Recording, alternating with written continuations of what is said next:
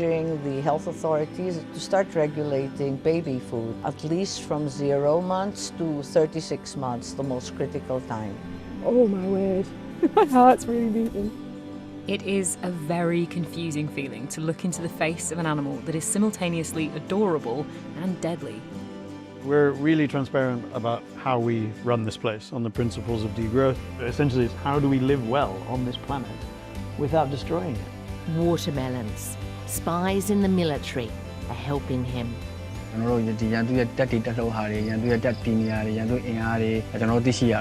When people need help, single parents, they don't think, oh, I'll just move in with my best friend who's also a single parent, but I don't know why.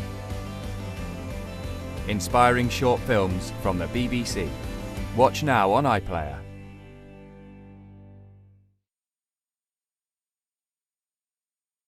The BBC was always on in the Munchetty house, and my dream actually was to be a BBC News presenter. I want to be for others what the BBC was for us, a trusted source of stability and hope. For me, trust is about presence, about fostering relationships all around the world over years.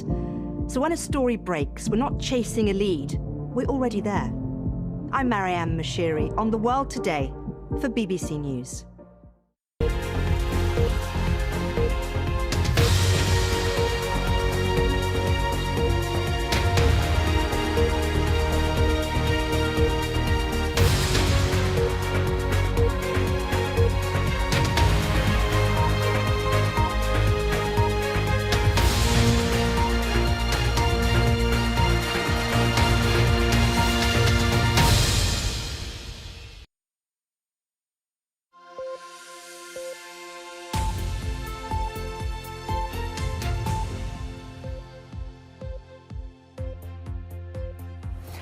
Good morning, welcome to Breakfast with Naga, Munchetty and Stayt. Our headlines today. Assisted dying moves a step closer to being legalised in England and Wales after MPs narrowly vote in favour of the bill. This actually isn't really about MPs, it's about what happens out in the country and the difference this makes to the people who need this change. Israel and Iran exchange more missile attacks as talks between European foreign ministers and their Iranian counterparts end without progress. A heat health alert is in place as the hot weather continues around the UK. And the heat peaks today. Some spots in eastern England could hit 33 or 34 Celsius. But later on, a few of you are going to see some pretty nasty storms around. That's signs of the beginning of a change. I'll have the details. Good morning. As the sun rises on the longest day, I'm at Stonehenge among the crowd celebrating the summer solstice in the way people have done for thousands of years. Good morning. In the sport, though, it's not looking too bright for England's cricketers at the moment as India turn up the heat in the lead sunshine with a big opening day score to take control of the first test at Headingley. Good morning. It's Saturday, the 21st of June. Our main story today. Campaigners are urging the House of Lords not to block yesterday's historic vote by MPs to legalise assisted dying in England and Wales. The bill, which was approved by a majority of just 23 votes, would give terminally ill adults the right to end their own lives. Opponents have said they will seek to bring amendments. Here's our political correspondent Damien Grammaticus with more. The ayes to the right, 314. The noes to the left, 291. Weighed in the votes of MPs, a shift that heralds profound change. Campaigners who want assisted dying, some with terminal cancers themselves, say this will end suffering for so many families. The prospect of legalised assisted death has prompted impassioned arguments. But here, and in the country as a whole, discussing death is something we tend to shy away from. Kim Leadbeater, the Labour MP who has steered the legislation through the Commons, says it is about giving choice, control and dignity to those already dying. This actually isn't really about MPs, it's about what happens out in the country and the difference this makes to the people who need this change. And when you've spent all that time with families and dying people, I mean, there were people who were terminally ill in the chamber today, and you know, my eyes kept going up to them thinking, we're doing this for you. It's not about us. You know, we've got a safe piece of legislation on a really important issue that will mean so much to so many people. For those opposed to the idea, disappointment. They believe it's dangerous and will continue to fight the change as the debate moves to the House of Lords. Their fear is that disabled, marginalised and vulnerable people may be coerced or pressurised to end their lives, not liberated from suffering. Disabled people are absolutely terrified about the impact that this is going to have on them. I've already started receiving emails to say that, layered with the government cuts on benefits, that people, are absolutely terrified. And it would be my intention to amend it, to make it stronger and to make it safer. But those in favour say the legislation now has serious safeguards in it. Dame Esther Ranson, who has stage 4 cancer, has campaigned for the change. Her daughter says there's nothing to fear. With this new law coming in, there will be strictures, there will be legislation, there will be regulation that protects. There will be huge consequences for anybody that is found guilty of coercion. It's 14 years for suggesting it and up to life imprisonment if you're found guilty. That doesn't exist now. That will exist with this bill. This bill is going to bring in so much good. It's going to bring in options for people who have no options. It's going to make death something that shouldn't be feared. The House of Lords will take up the arguments. They will certainly seek to make some changes, but it's now highly likely assisted dying will become law in the coming months and be in place in the coming years. Damien Grammaticas, BBC News, Westminster. Yes, and just looking forward, later on this morning, we'll be speaking to Baroness Tanya Gray-Thompson and Dame Esther Ranson's daughter, Rebecca Wilcox, who you saw in that report. They'll be speaking to us a little later on this morning. Time now is 4 minutes past 6, and Naga, diplomacy. There are discussions in relation to Israel and Iran. There are, and President Trump, Donald Trump, has dismissed the European efforts to de-escalate those tensions between Iran and Israel after talks between representatives in Geneva ended without a solution. It comes after another night of missile strikes between the two countries overnight. Our Middle East correspondent, Dan Johnson, is in Jerusalem for us now. Dan, I mean, everyone's looking on and hoping for some signs of de-escalation. Are there any? Not exactly. There was a further exchange of fire between both sides overnight. About 5 ballistic missiles fired by Iran towards Israel, we believe. All of them successfully intercepted, but there were reports that some shrapnel had fallen near to Tel Aviv, setting fire to the roof of one building. That all happened at about 2:30 local time early this morning. No casualties reported across Israel overnight, but we know that around the same time the Israeli Air Force was conducting further strikes across Iranian cities, targeting again the missile sites where those ballistic missiles have been launched towards Israel and other bits of the Iranian nuclear program. Those have been the targets that Israel has been hitting repeatedly over the last week. Israel's foreign minister says that bombing over the last week has set back the Iranian nuclear program by 2 or 3 years. But those talks that were supposed to start yesterday in Switzerland between Iran's foreign minister and his counterparts from Britain, as well as France, Germany and the EU, broke up with the Iranians saying that there would be no negotiations while ever attacks continued. So although last night was lighter than some of the previous nights in terms of bombardment, damage and casualties, there is still an exchange of fire, which makes it difficult to see how any serious peace negotiations can even get underway. Dan, thanks very much. Dan Johnson there, our correspondent in Jerusalem. Now, the BBC understands that the British government is planning to ban the Palestine Action Group, in effect branding it as a terrorist organisation. The pro-Palestinian protest organisation released a video showing its members breaking into RAF Brize Norton in Oxfordshire before damaging 2 military aircraft. Amnesty International has said it's deeply concerned about the use of counter-terrorism powers to target protest groups. An amber heat health alert will remain in force in England until Monday as temperatures continue to soar. The Met Office has issued separate warnings for thunderstorms over the weekend. Well, our reporter Sam Harrison is on Hampstead Heath for us in London. Sam, morning to you. I mean, it looks beautiful there. It looks absolutely stunning as it is, but people still need to bear in mind this warning.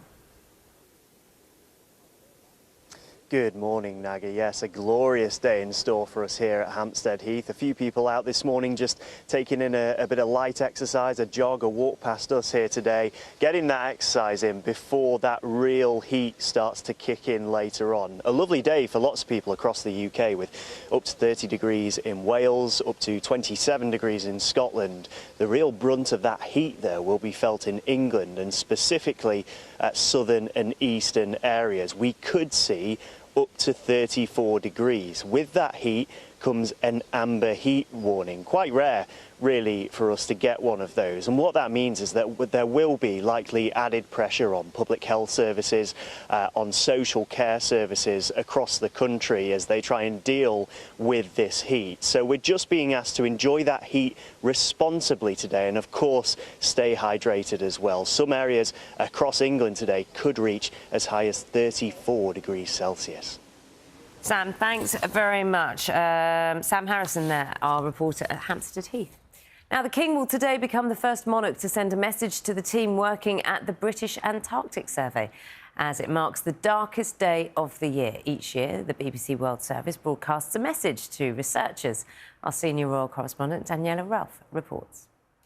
The Northern Lights over one of the British Antarctic Survey research stations. During the midwinter months, life here can feel dark, cold and isolated. Over the decades, the BBC World Service annual midwinter broadcast has been a morale boost for those working in the extreme conditions of an Antarctic winter. Now in its 70th year, today the audio message comes from the King.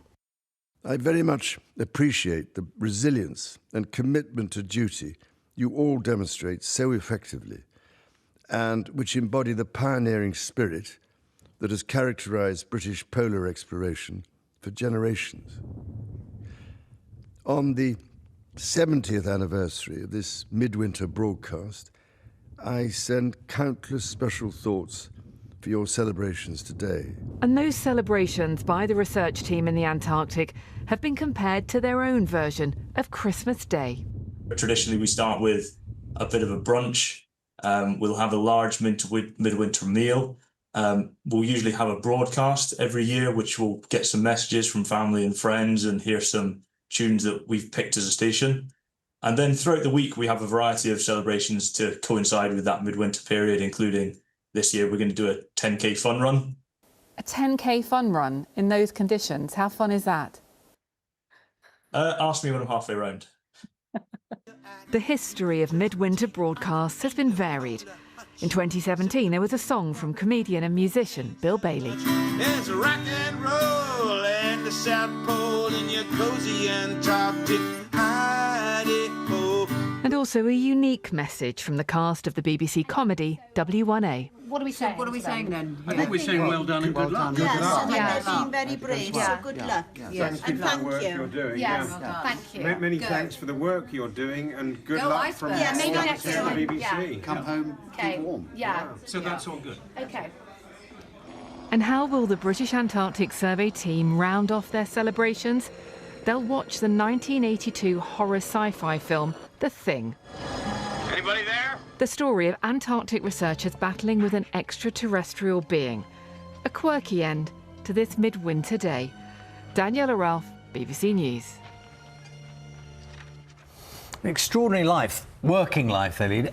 A 10K run in those conditions. Wonderful. Hard. Wonderful. Matt is taking a look at the weather for us this morning. Good morning to you. We're officially in a heat wave, aren't we? We are indeed, yes. And today could be the warmest day in around 6 years for June, at least. And all happening, of course, on the summer solstice. Very good morning. Lots of our weather watchers have already been out early, capturing that sunrise of the day of greatest amount of sunlight. This was captured in a stone circle just by Keswick. If you want to check the sunrise sunset times where you are, you can just head to the BBC weather app. But just to give you a little flavour of what to expect today, we've got nearly around 19 hours of daylight in Lerwick. And having been in Shetland at this time of year before, I can tell you it never really gets dark by by night either. So what does today hold for us? Well, Naga mentioned heatwave conditions. That is certainly the case. And it's going to be a case of very hot and very humid for some today, especially in eastern areas. But we're going to see signs, the first signs of change. There could be some torrential thunderstorms for some later on. That'll come courtesy of this weather front as it starts to move its way from southwest to northeast. But for the time being, we've got southerly winds. That is dragging in the extra heat and extra humidity, which will be most notable in the east because in the west, we're starting to see some westerly winds develop later on. Now, to go with today, we've also got some mist, low cloud and fog in eastern Scotland. That will clear. Dry, sunny start for many, but showers in the southwest this morning, transfer through Wales. But it's really this afternoon, North Midlands, northeast Wales, northern England, where they could become torrential. There's a Met Office yellow warning out for those later on. Also, those storms could affect parts of southeast Scotland. Now, before they get going, the temperatures will continue to climb at the highest in the east, anywhere between 28 and 30 degrees for many eastern Scotland, eastern England, but we could see highs around 33 or 34 in the southeast corner. Come further west, it's still pretty hot, but much more comfortable heat across Northern Ireland. Temperatures here generally the order around 20 to 24 degrees through this afternoon. Now, if you are one who suffers with hay fever at the moment, those very high pollen levels starting to creep in across parts of Scotland and Northern Ireland now. Not a great day out there.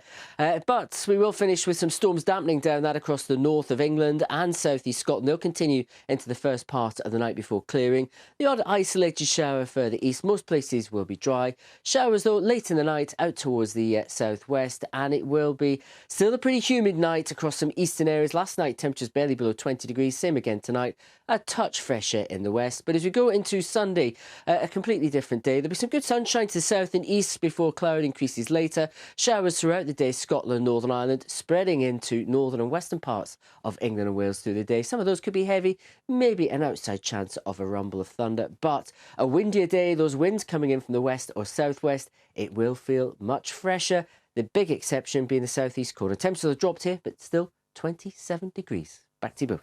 Matt, thank you very much.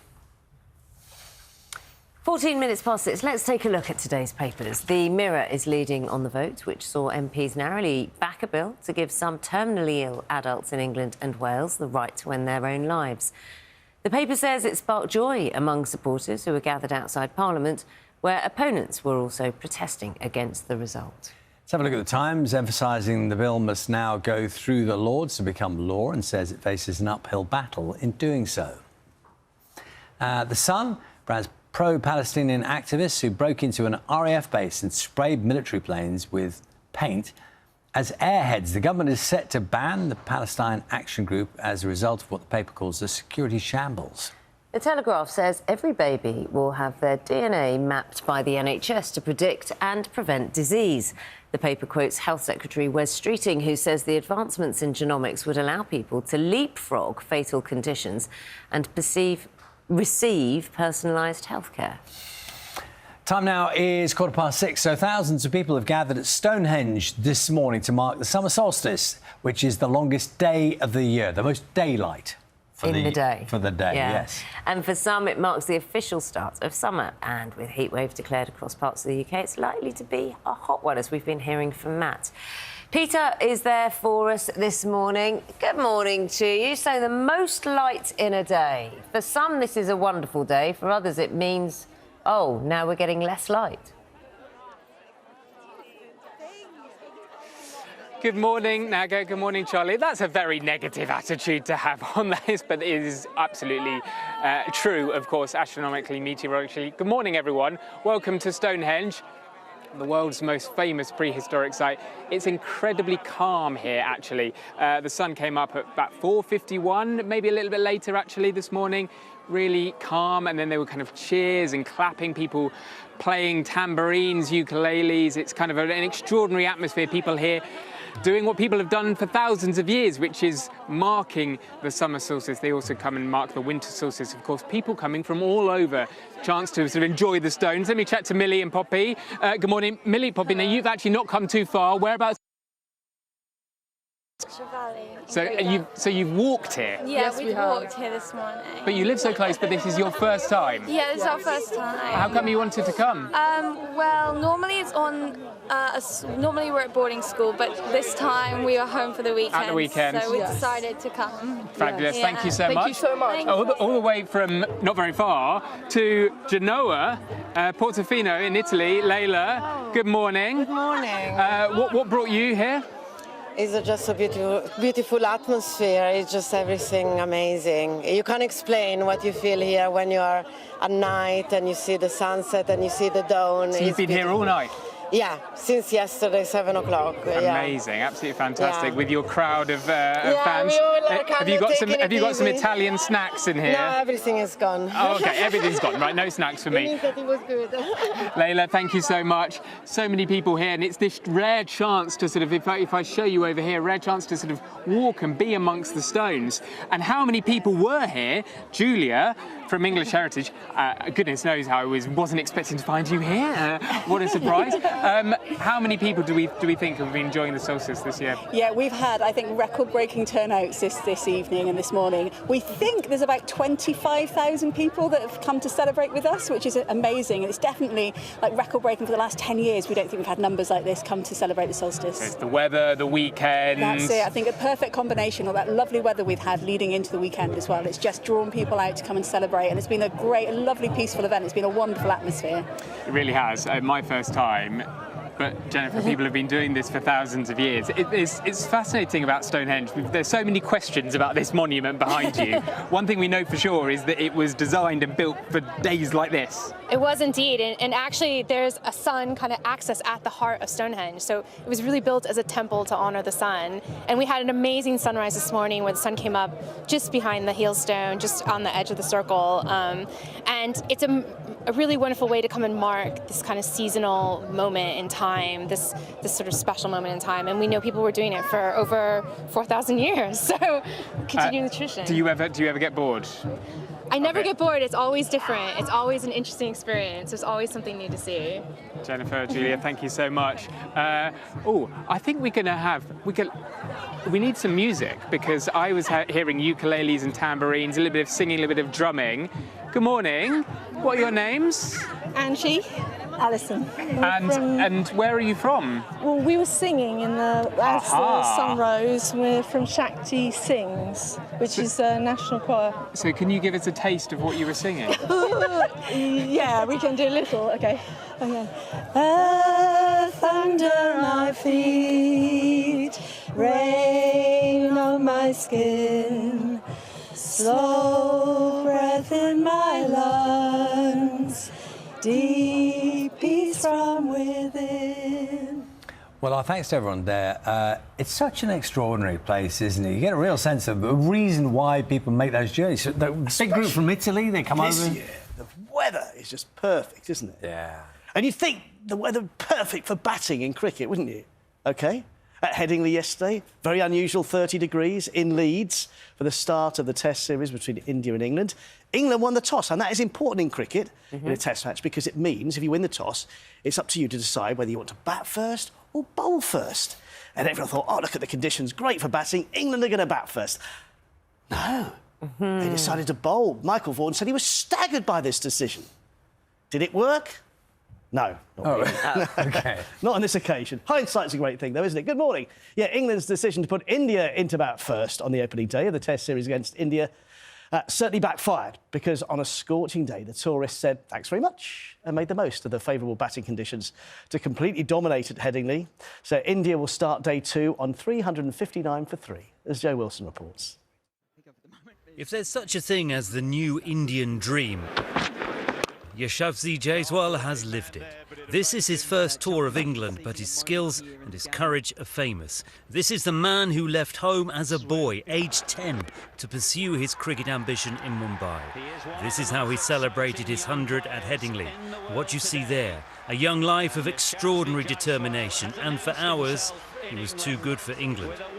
Tea time score 215 for 2. England might have been pondering their decision to bowl first on a hot day. Still, regret gets you nowhere. Only wickets changed the game. Jaiswal gone. Ben Stokes was England's best bowler. But when Rishabh Pant did this, what can you do? Batting definitely in the Stokes style, richly appreciated in India. And what of their new captain? If Shubman Gill, the prince, suffered any self-doubt, it disappeared in the Yorkshire afternoon. India 359 for 3, Gill will resume 127 not out. You know, this series could become his stage. Joe Wilson, BBC News, Headingley. Next to rugby union, and wow, the British and Irish Lions were beaten by Argentina for the first time in a shock defeat in Dublin. The first time they've lost their tour opener in over 50 years it was. And they were beaten by 28 points to 24. Santiago Cordero's try for the Pumas, putting them ahead. That was midway through the second half, and that really proved to be decisive.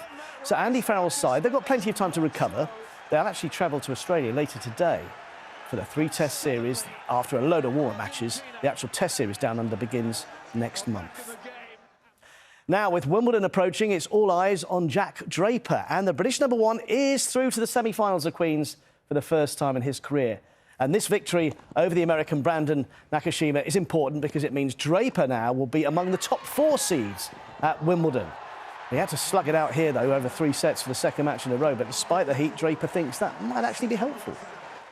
It's one thing playing great and feeling great and winning, but then when you're not and you're playing the best players in the world, that's where it gives you a lot of confidence, and that's where it matters really, when you have to dig deep and come through these matches, because when it does click, you know, like you said, it will feel so much better.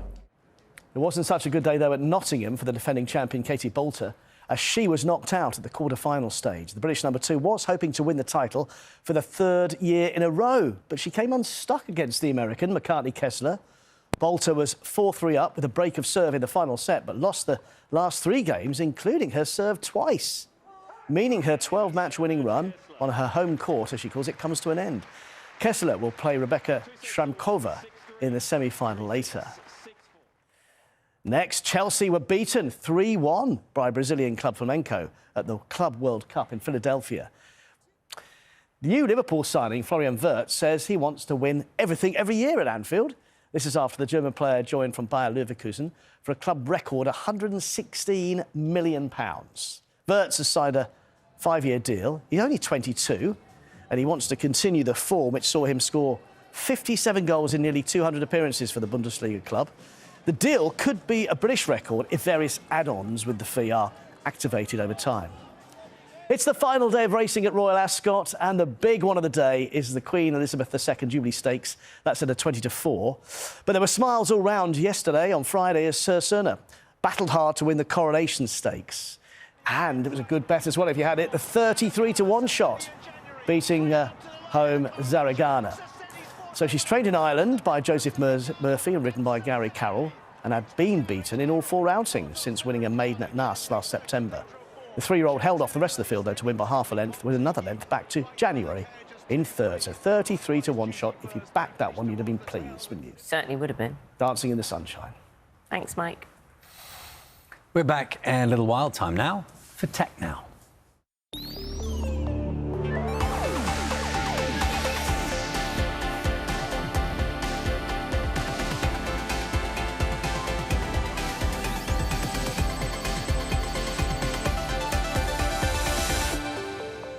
The reader pits their wits against the detective, and we shall see who comes out on top. The on-screen action will alter depending on how I feel. OK, I'm going to make a run for it. Let's go to the door. Open, open, open! I'm brilliant, but I'm a nervous wreck speaking. I can clone myself and have my clone be a layer between me and the real person.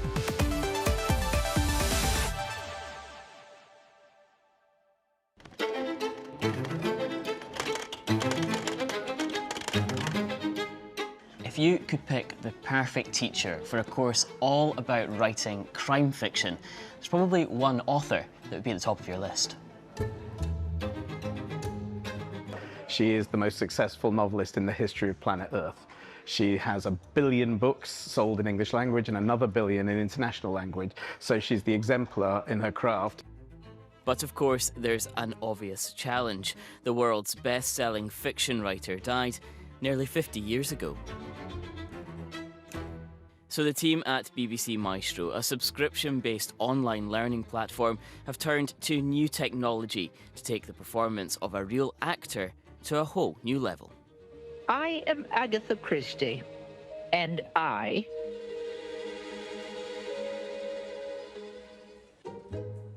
I'm Vivian Keane, and it has been my honour and privilege to play Agatha Christie. We wanted to try and use something innovative to try and demonstrate something that would give and encapsulate who she genuinely was. And so the addition of the AI just makes it more like Agatha Christie. There are many different kinds of crime fiction, ranging from the light-hearted thrillers to violent, sordid tales, and from murder mysteries to novels with strong social messages. The script Vivian reads has been written by a team of researchers based on Agatha's own writing and private letters. But artificial intelligence was used to map a reconstructed face onto Vivian's and create an even more realistic sounding voice. It is not merely a case of who is the least likely culprit, but how we get there. This is quite new science, but also there is an unfortunate truth that there's only about 1.5 minutes of Agatha in footage, in moving footage, and you need to train these AI models, and you need data to train them on, and in this case, the most moving footage you can get, the better. Do you think it's the best play you've written? I don't know. Other people seem to, at any rate. Fortunately, we got very lucky that we had Agatha reading her own autobiography, so there was plenty of audio data to train from. But what you get when you put those two together is an incredibly realistic, acted performance of Agatha Christie. The production of this course still involved nearly 100 people, but recreating figures from the past in this way divides opinion. This project involved Agatha Christie's great-grandson. The first thing was to get the script right. Now, the script is not developed by AI technology. The script is developed by old-fashioned humans, pouring through papers and books. I mean, the second sort of prerequisite was that the image you see and the voice you hear had to look and sound like her. And I mean, the main test of that was my father, who obviously, I mean, probably, well, actually, definitely of all people alive, knew her best. What do you think Agatha Christie would have made of it?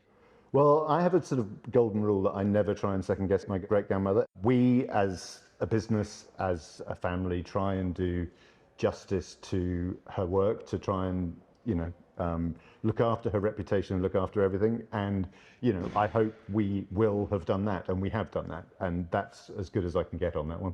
Because with this kind of technology and these kind of things, a lot of people would say, was that what she would have wanted? Would she have wanted to have been recreated in this way? We are now almost 50 years after her death.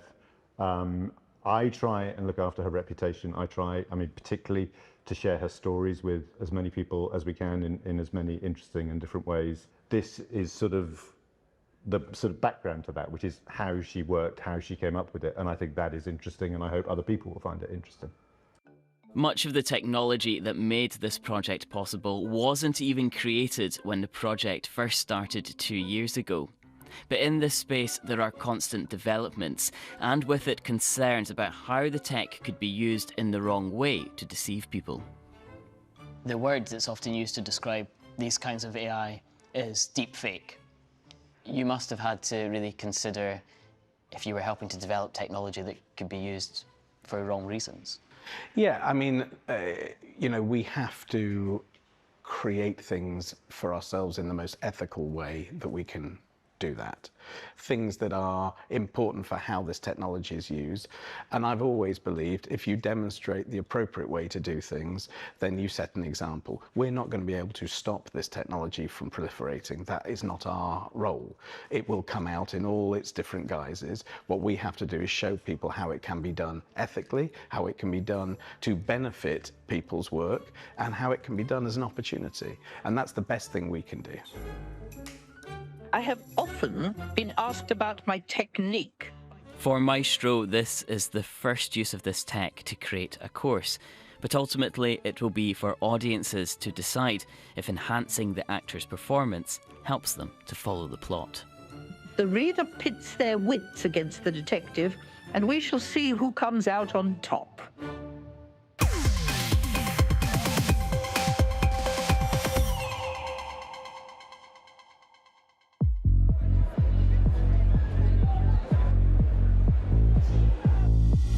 here at the Mobile World Congress, MWC in Barcelona. Now, with the entire phone ecosystem now valued into the trillions, this is a prime location for big companies to make deals and show us their latest products.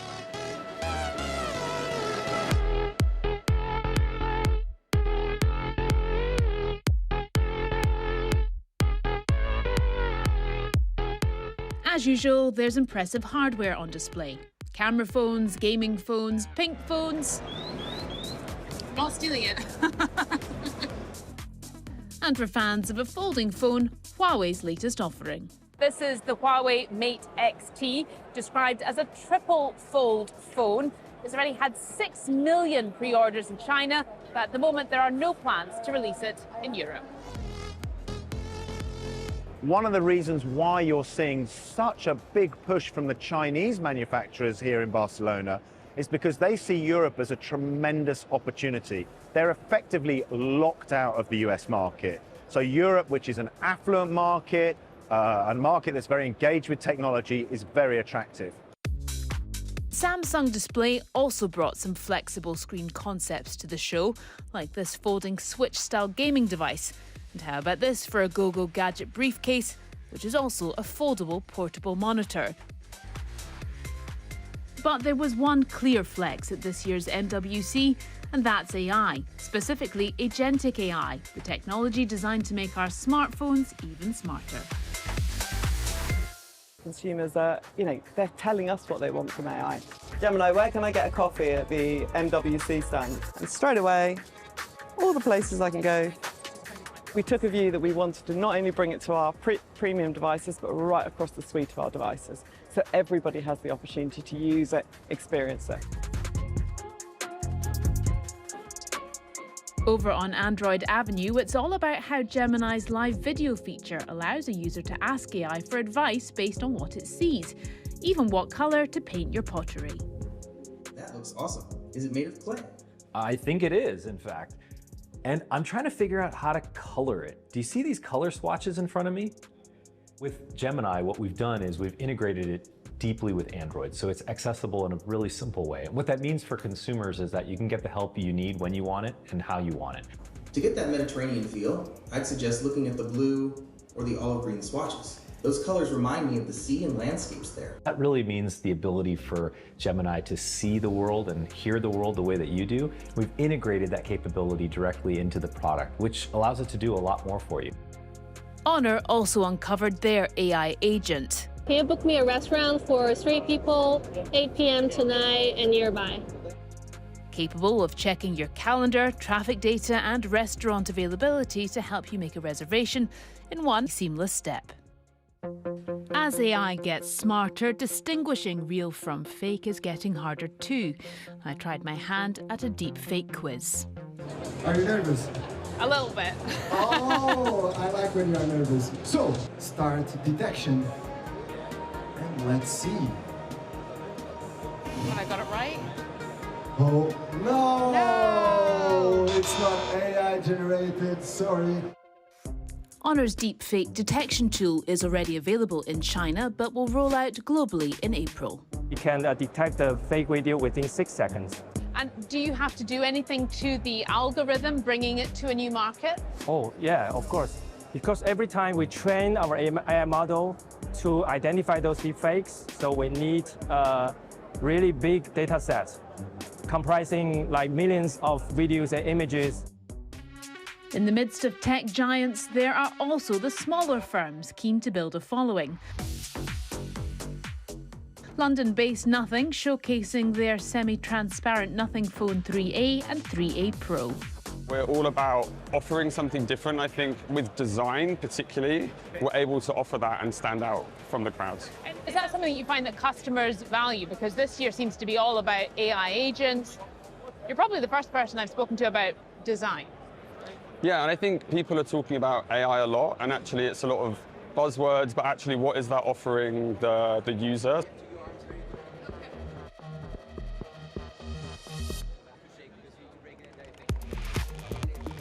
And so ends another MWC, and while much of it might look like fun and games, events like this can give an indication of what tech companies think is the next big thing. The question is, will it work? And just how useful will it really be? I'm exhausted. Yeah.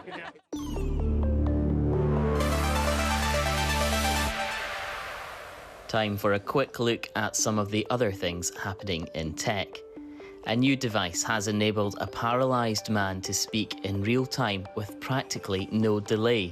The system has been trialled on Casey Harrell, a patient with the neurodegenerative disease ALS. Microelectrodes were surgically implanted into the region of the brain responsible for speech. Ready?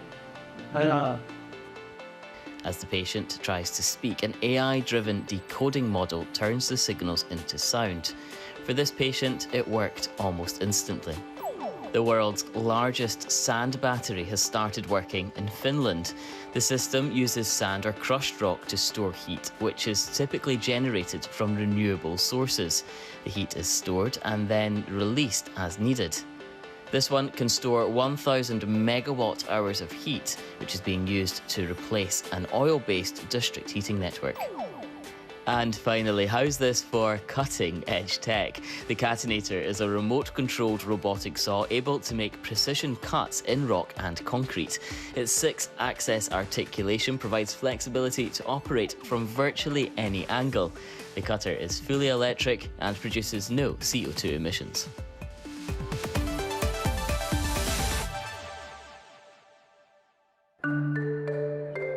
Today, I'm meeting a tech boss with an intriguing product, a virtual clone of himself. No, not at all. Wayne's digital twin looks and talks just like him, answering potential customer questions at a conference. Hello, Wayne. How are you? Hey there. I'm doing great. What's your favorite food? And he's staying on message. Choosing a favorite is tough. But if I had to pick, I see the ability to create hyper-realistic avatars for real-time interaction is a real game changer. I asked him to try to sell himself as a product, so... Not your standard reply. HeyGen is an AI video generator valued at $500 million. It creates AI-powered versions of you to act on your behalf online. I can basically make a digital clone of myself and have him to do whatever I maybe don't have time, but I know just how it should be done. I just give him the knowledge and the goal and just go do it. It's like telling an intern what to do. He actually looks like he's delivering it quite convincingly like a human would. Yeah. How have you done that? So it's basically based on like a real recording of myself, and we feed it to HeyGen AI to train an avatar that can talk in real time like this. So he knows what I look like, how I talk, when I move, what kind of facial expression, and also my sound. Clones, digital twins, and AI agents are all products from the surge of startups promising to alleviate boring workloads and make you money whilst you sleep. It's only trained on data that I've given it, no other data. So it can have these autonomous, agentic conversations, but in a kind of very controlled manner. But we know that AI can hallucinate and make things up despite recent improvements. What I like to focus on is AI twins that are based on a real human being that's tied to that real human being and scale and augment and enrich the value of that real human being in order to kind of create more returns to that human. So that's what I'm a proponent of. There's lots of sort of ancillary things to this which are a little murky and potentially quite damaging. If we give our digital clones such agency, what if it makes the wrong decision? It can trap you into sort of, in this sort of, we call it effective echo chamber, where it's just, giving back what you want to hear, right? Unlike human, we disagree all the time, we ask questions, we challenge each other. If you're always interacting with AI, it means that you can kind of get stuck in this. So, and the empathy that AI have is a pretend empathy because it doesn't have real understanding of the human experience, right? It's learned from, written text, video, images, and all of that, but it doesn't have real human experience. It does doesn't feel pain, it doesn't feel love in the way that human does. It can pretend to understand it, but I think once you take the pretend for the real, that's when there is like issue that come up.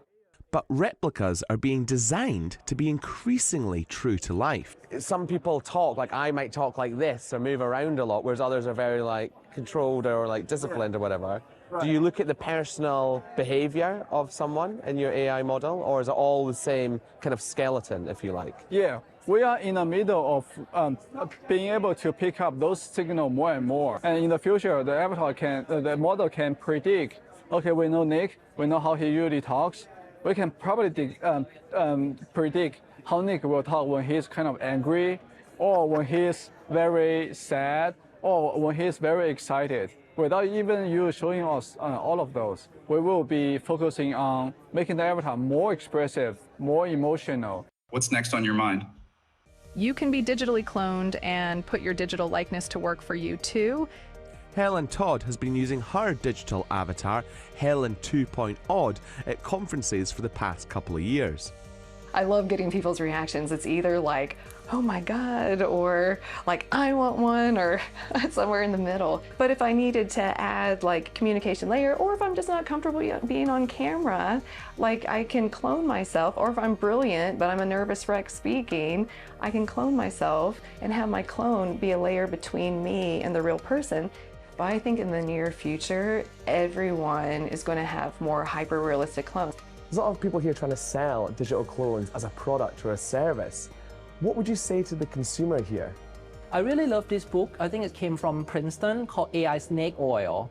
And it's really captured the essence of it, that people are trying to sell things that is like magical, amazing. But if you look at sort of the economic impact of AI, like the work from Darren Acemoglu, who just won Nobel Prize in economic science, he showed that the impact of AI on the economy is actually very little.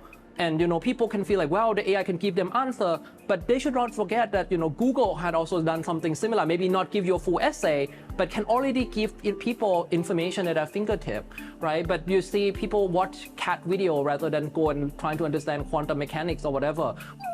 Right, so having information, having intelligence at the fingertip doesn't always lead to sort of better life. Like them or not, AI agents have arrived. What they mean for work, our relationships, and our identity, we'll soon see.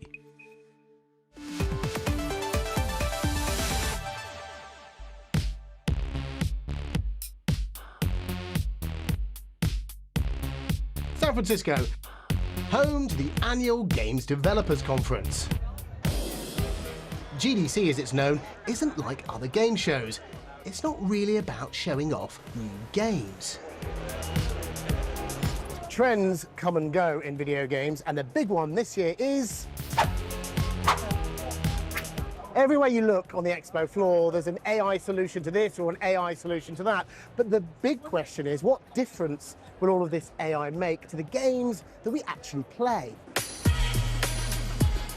AI's presence is being felt in a number of different ways, from tools that allow developers to create elements of video game worlds just by using text prompts. Forgotten your own company, have you?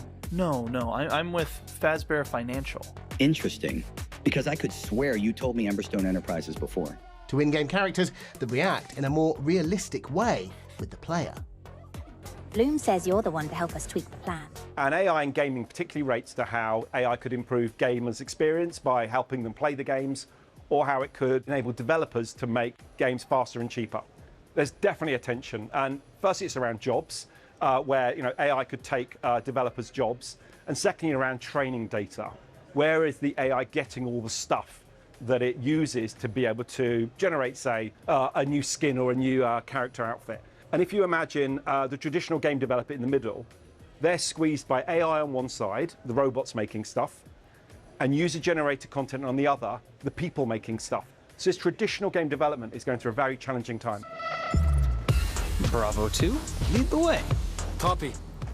One company embracing AI is Chinese tech behemoth Tencent. It's introduced an in-game assistant called Fackle, or first FPS AI companion who understands human language. That trips off the tongue. In position. The AI companion will be introduced into first-person shooter Arena Breakout. Its developers say, unlike regular in-game teammates, this one can understand complex spoken instructions. Run to those sandbags up front for cover, then to the car ahead. Copy that. I think in the future, we can put this tech in maybe open world RPGs. So imagine you can walk around the city and talk to everybody by using natural language. Search for a green box. Copy that. We'll find out if this AI makes a good teammate when the feature launches later this year. Found it. The GDC show floor is packed with indie developers with out-of-the-ordinary ideas for games and ways of controlling them. Stand up, stand up, stand up!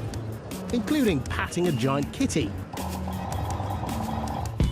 Keyboard and mouse, gamepad, these are the things that we use to control video games. Anybody that's played a game will be familiar with them.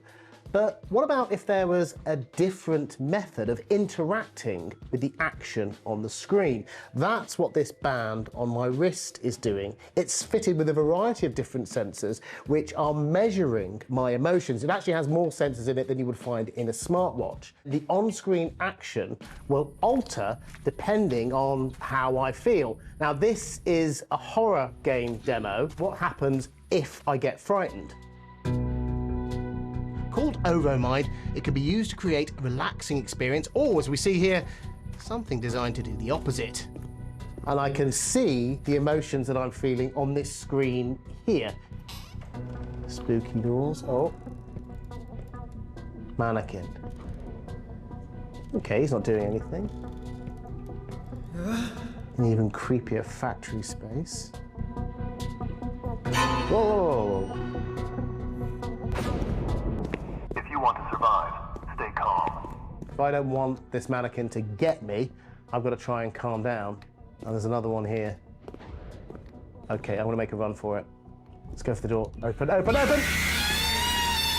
On top of heart rate and skin temperature, the band measures galvanic skin response, which its developers say allows it to assess the emotional state of the player. Combining this with generative AI, changing gameplay elements based on how the player is feeling, could lead to new types of player experience. Because the idea is to be able, in the near future, to have a really ultra-personalized game that only measure your emotion and adapt itself depending on what the game design is. If they want to stress you more, or if they want, or the designer wants to relax or maintain you in a certain level of spectrum of emotions. The band is currently being pitched at developers. The breadth of creativity on show at GDC 2025 demonstrates that even in the age of AI, the industry is still driven by ideas and human invention.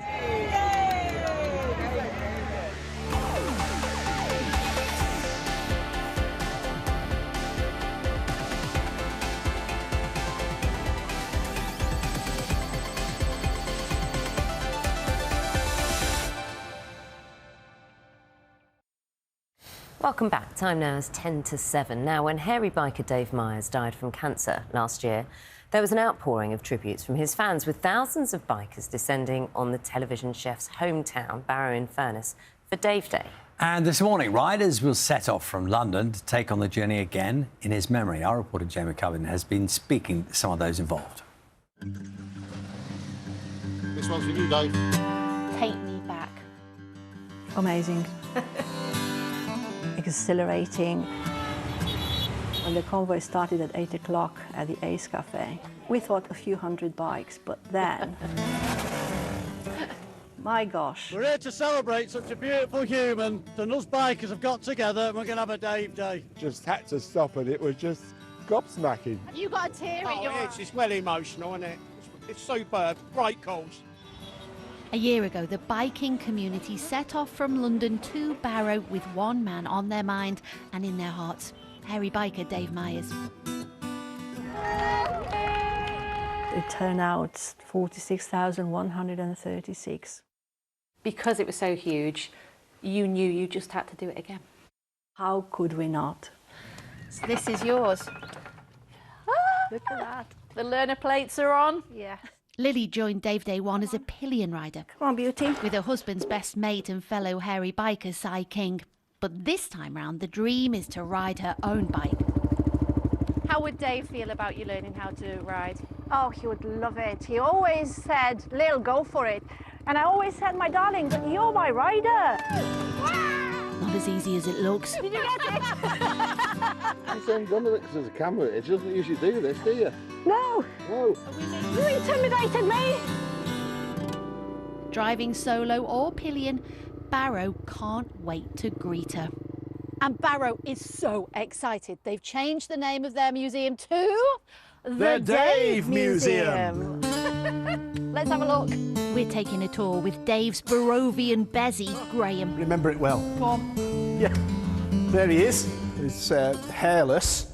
Dave's suffering from alopecia. God love him, he does stick out though, doesn't he? But it didn't hold him back. He was Dave, the Dave we all know and love, and instantly we had this rapport. Oh, crumbs, this is Dave and I on Dave's first bike. We look a bit like Withnail and I, you know. Is that what life felt like? It was a bit like that, you know, that was an accurate portrayal, really. From Barrow, the pair went on to art school in London, and then came Dave's first career in television. He landed this job as makeup artist at the BBC. With the big break, he rang us all up with great excitement. I had to make a boil, and it's going to be lanced on Tenko. And I believe he was responsible for Adam of the Ants and Top of the Pops. Yeah. Go on, give us a splash. Stand and deliver.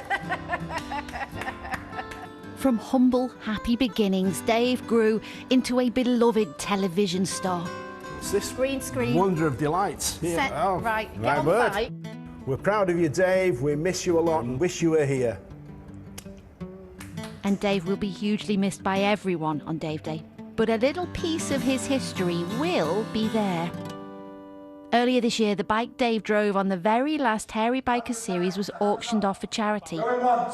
The winning bidder was an old friend of both bikers who'd been struggling with depression.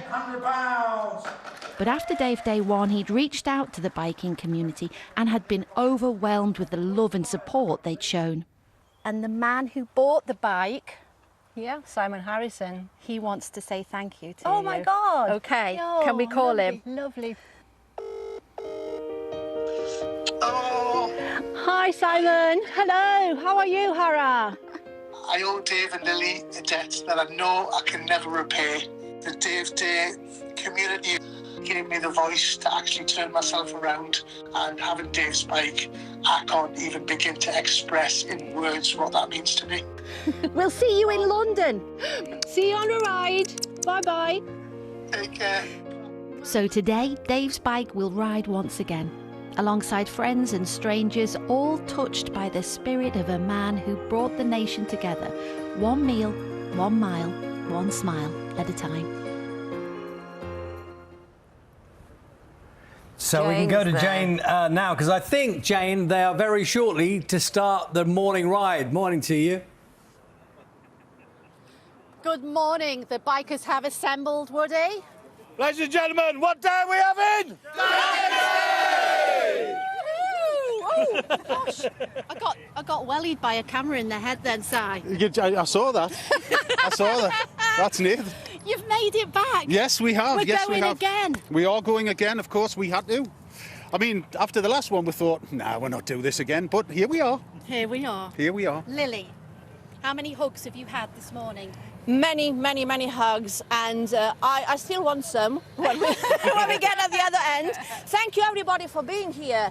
It's an amazing turnout, but what a beautiful day. Thank you, Dave. Thank you. Yeah, well done, Dave. Yeah. What is the spirit of Dave Day? I've spoke to so many people this morning who didn't make it last year, who saw it on the telly and went, there's no way I'm missing next year. What is the spirit of it? It's about a joyous celebration of friendship and fellowship and community and like-minded people riding motorcycles. What's not to love? How will you cope in, 90-degree heat in your leathers today? Sweat a lot. Yes, nice. That's what we do. It's what you do best. Yes. Sweat, smile, hug. Sweat, smile and hug. And then drink beer, which is really lovely. Well, speaking of beer, I need to tell you that Lily last night, you've already had 2 hours kick, haven't you? Yeah, if that. But listen, it's worth it. Look at this. These people have given their times to be here, so thank you all. Thank you. These two guys are my rocks. And we were... And Adele, we have to thank Adele. We were hoping that Lilian would pass her test in time to ride this year. You're on the back with Si. I am on Simon's bike this year. I was hoping to get my test done, but... like a million other learner drivers, the test centres are fully booked. They're all fully booked. They've been fully booked for 10 years. I know. But look at all these bikes here. Incredible. It's incredible. Woody is the man with the numbers. Yeah. Do you have an idea, Woody? Woody's the guy that makes this happen. Last year we had 4,000 people on the Facebook page say they were coming and 46,000 turned up. This year we've had just under 22,000 go on the registration page. Only 4,000, just shy of 4,000 have actually paid and registered. So if you haven't paid and registered and you're turning up, get online, donate and give these charities some blooming money. Thank you. For a good cause. It's for a great cause. Yeah, for a good cause. It really, really is. You're kind of nearly ready to go and head to the front, aren't you? Because you're going to lead them off. So shall I let you go while I chat to other people? That would be really, really handy. Good luck. May the force be with you. Enjoy the day. I'm going to Everybody, don't stop, we're rolling in two! There we go. Look at this, though. Guys, we need to just introduce our fashion parade this morning. Give us a twirl, chaps. Look at this. I mean, people have made an effort. They've made an effort. I need to tell you about this chap. This chap last year, you hadn't passed your test. You did much of the journey on B roads, and this year... Yes, I passed my test and I've come all the way down to London to... From Barrow? From Barrow, yes. To London? To London, yeah. And then... Yeah, and then back again to Barrow. Hey, yeah. Listen, the engines are starting. Good luck, chaps. Come and meet these guys over here. Nathan, come and follow me through the crowds. We've got the Mal and the Viking posse here, haven't you? You ready to go? Yes, I'm ready to go on my first Dave's Day. Because last year you saw the images on telly and thought what? I needed to experience a Dave's Day. You had to be here. I had to be here. Can you give us a rev? Yes. Listen to this. Oh, that's what it's all about. It's about camaraderie. It's about love for Dave. It's about enjoyment, the spirit of adventure. It's about everybody coming together and having a fantastic time. And I think any minute now, Woody is going to give the call that they are ready to go. Woo! Listen to that. Listen to that. Sir, come and have a chat. You can see, can't you? Through the crowds, there's plenty of little banners for the NSPCC. Cancer Care is another charity that they're supporting. Why did you have to be here? To be part of a massive day, because I'm a big biking fan, and just because I remember Dave so well. So that's it, really. You're here for him? Yeah, here for Dave. Absolutely. Get ready to go. I'm certainly going to lose the comm, so let me tell you as you take it pencil. Let me tell you how you can take part today. They're going to leave right about now. They're going to head to Oxford for 8 a.m. 9:45 they're going to be at the National Motorbike Museum. 11:45 Knutsford services. 1:15 Burton and Kendal services. And 3:15 this afternoon they will arrive en masse. Who knows how many thousand bikers. They're going to arrive in Barrow, and Barrow can't wait to greet them. Back to you guys in the studio. Well, we'll just stay with the images for a second, Jane, as the bikes leave. It's got very noisy down there. It's getting increasingly hard to hear, Jane, but you get the gist of it. The bikes are just, there they are, the lead bikes in front, and they're just about to set off on their journey today in pretty hot weather it's going to be for them today. The second year, I remember the first year, I was fortunate enough to see them on the motorway when they set off last time. And lots of bikers can join this group here along the way. Bikers do join the route as it makes its way up the country, reaching Barrow-in-Furness. And as Jane said, you may not have heard, she reaches Barrow-in-Furness, they reach Barrow-in-Furness at around 3:15 later today. And then there's a concert and taking place in memory of, as you can see his picture, Dave. Are we getting the thumbs up? Get the flag wave. They're just holding on for a second. It's pretty highly organised now. Of course, everyone's sort of familiar with the journey now, and people will be looking out for them on the way. Not sure quite what they're holding up for. They said they were going to be right on time at 7 o'clock, but I think they're just making sure the roads are clear, everyone's ready to go, and they're off. It certainly is a spectacle. Good luck to them. But as you said, Charlie, it is hot. Up to 27 degrees in Preston. Maybe the breeze will help cool them down a little bit. Good luck to them all. If you're travelling today, you may well see them on the road. They will be very noticeable. Time now is 2 minutes past 7. We'll have the headlines for you in just a moment. Every forehand, backhand, strawberry, rivalry. Every drop shot, posh pop, name drop, rain stop. Every dress, yes, match, catch. Fandoms, tantrums, sinners, winners. Every Brit, every hit, every nail-biting minute. Quiet, please. With live updates on the BBC Sport app, plus your choice of courts and the best action in ultra-high definition on iPlayer. Hello, mate. Wimbledon starts the 30th of June across the BBC.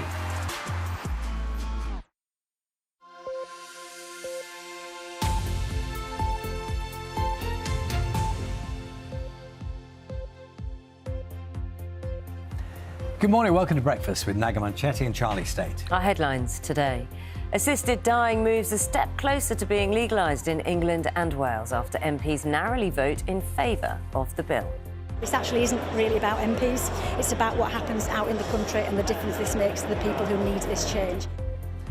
Israel and Iran exchange more missile attacks as talks between European foreign ministers and their Iranian counterpart end without progress. A heat health alert is in place as the hot weather continues around the UK. And it's already officially a heat wave in a number of areas across the country, but it's today those temperatures really do peak. But there are signs of a change with some thunderstorms later. I'll have all the details. Good morning. In the sport, the outlook is not so bright for England's cricketers, though, as India turn up the heat in the lead sunshine with a big opening day score to take control of the first Test match at Headingley.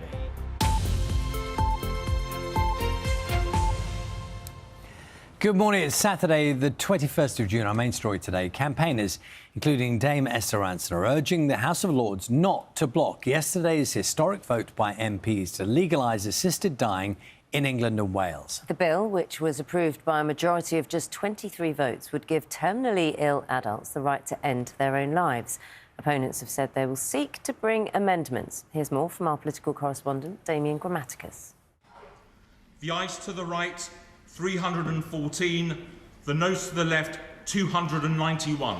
Weighed in the votes of MPs, a shift that heralds profound change.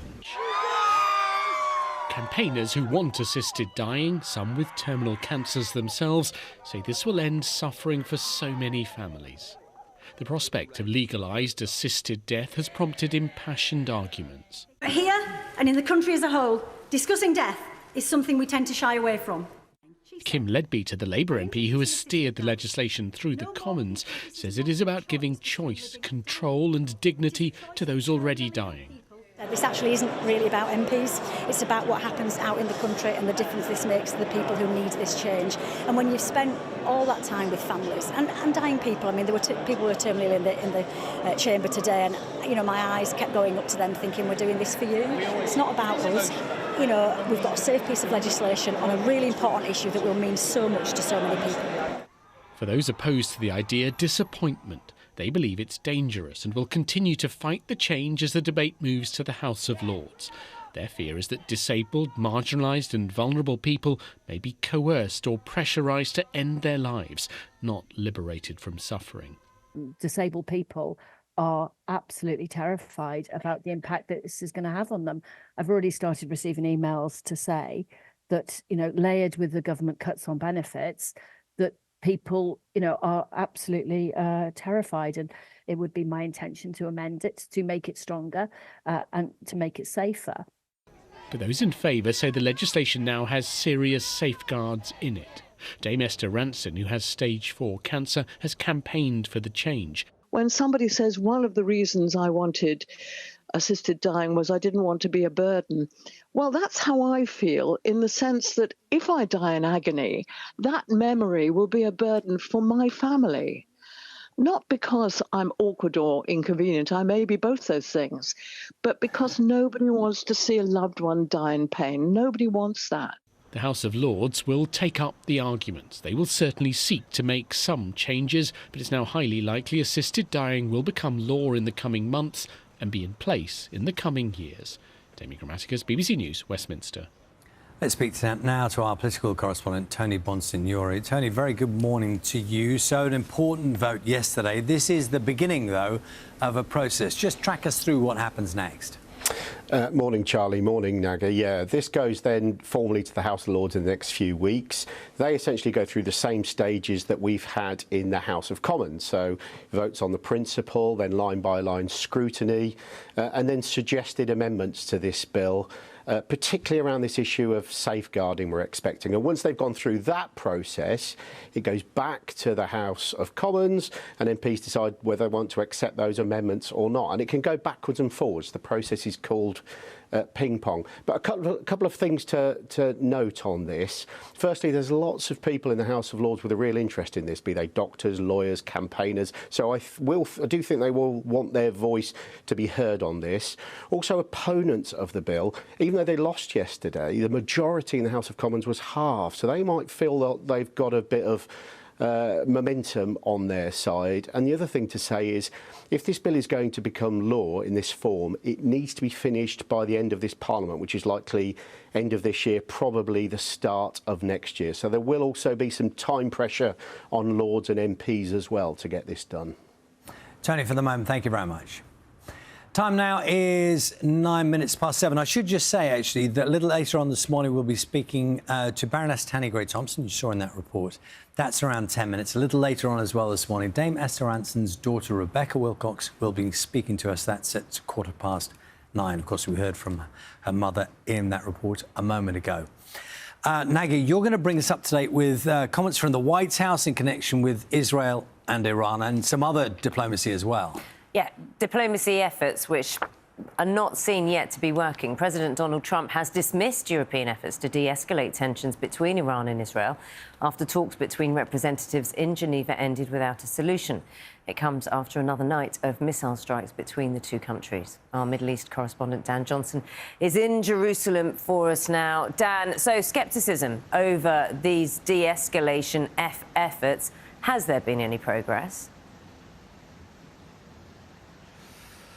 No, the talks yesterday in Geneva were always going to be limited in what they could achieve, because although the Iranian foreign minister met his counterparts from the UK, from Germany, from France and representatives of the EU, the Israelis nor the Americans were involved in those talks. So there was only ever going to be so much that they could achieve anyway. And the Iranian foreign minister came away from those talks saying that no serious negotiations could begin while ever his country continued to be under attack. And that is what's happened overnight. Israel has conducted further airstrikes on different sites around Iran, targeting once again its nuclear program and the missile launch sites that have been used to fire ballistic missiles from Iran towards Israel. That also happened last night. There were air raid sirens across this country at around 2:30 a.m. 5 ballistic missiles, we are told, were fired, all successfully intercepted, but there was some shrapnel which fell down onto a building near Tel Aviv, setting fire to the roof. No casualties reported,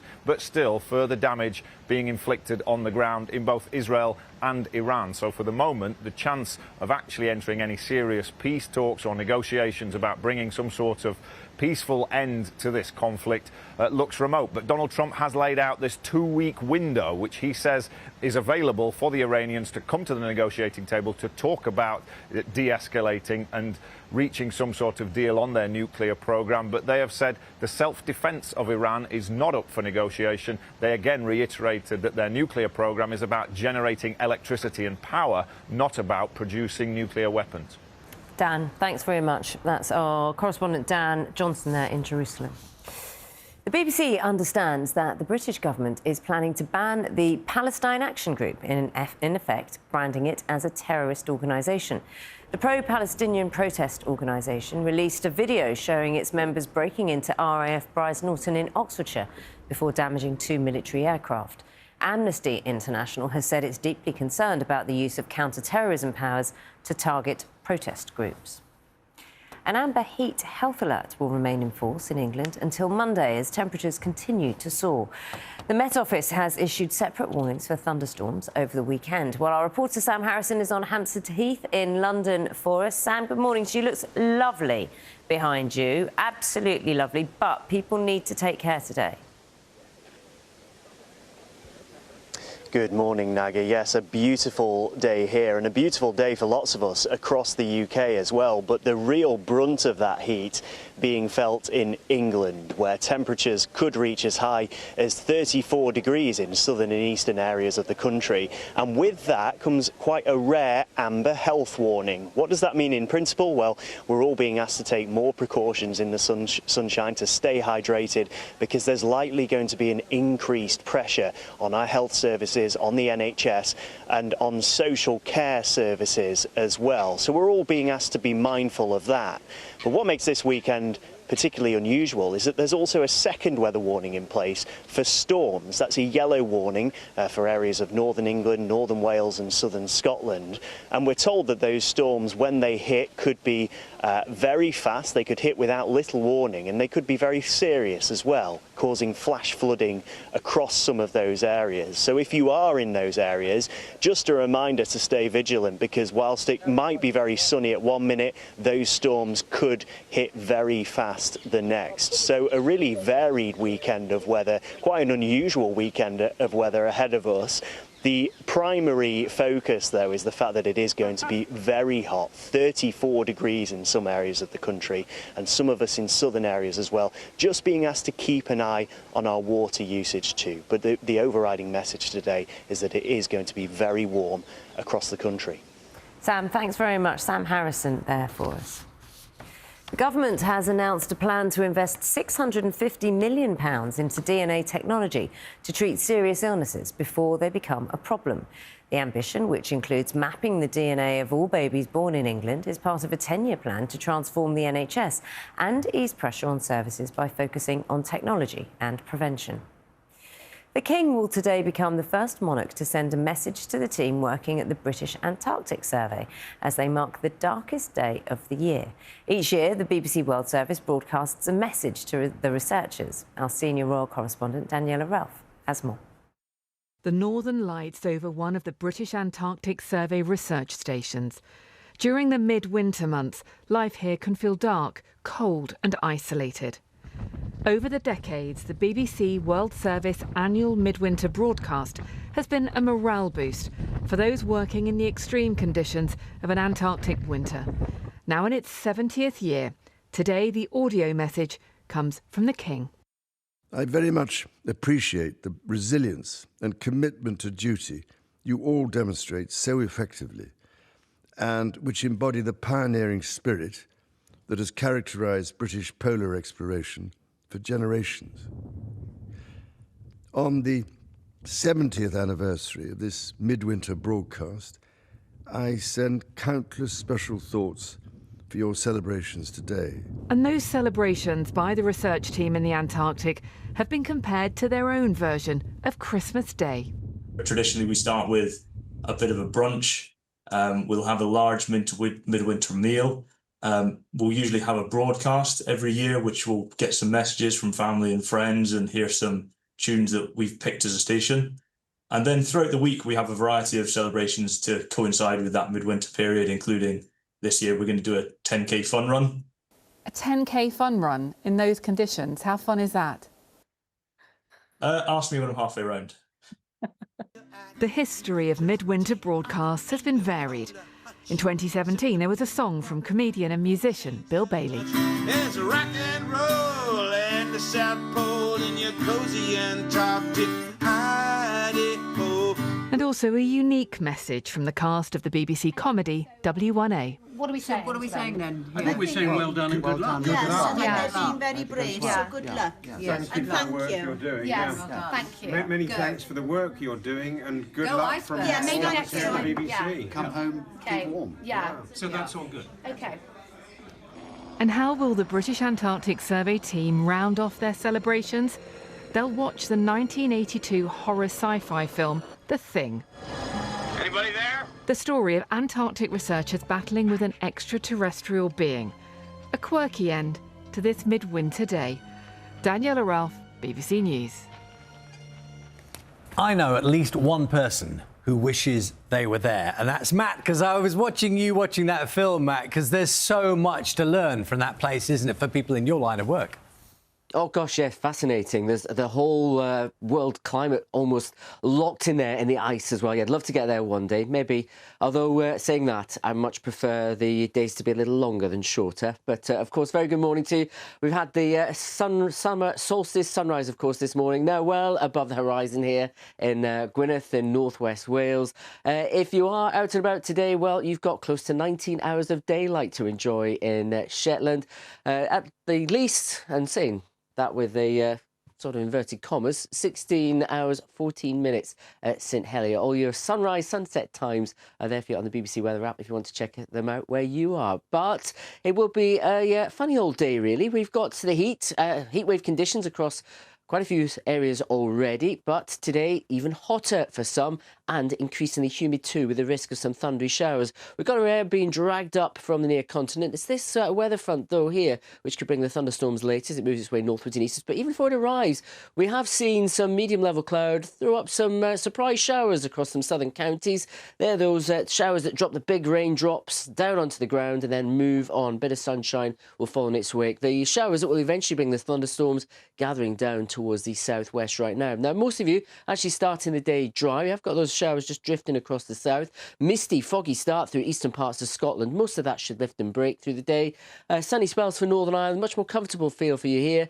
But through the day, we'll see showers drift from the southwest up into the North Midlands, North East Wales, Northern England, South East Scotland. It's these areas where there's concern. Met Office yellow warning.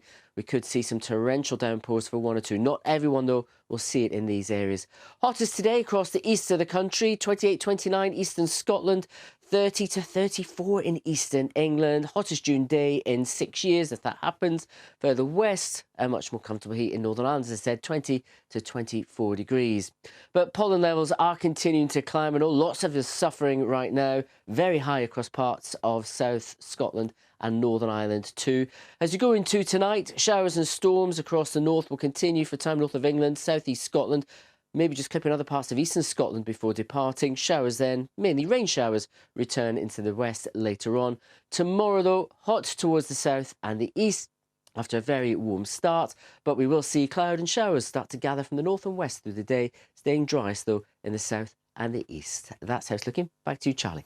Thanks, Matt. 7:20 is the time. Let's go back to our main story now this morning. Almost 7 months after it was first debated, the terminally ill adults bill that would legalise assisted dying in some circumstances in England and Wales has now been approved by the House of Commons. Before the vote, MPs spent nearly 3 hours debating concerns and amendments to the bill. Then, in an unusually packed chamber, the result.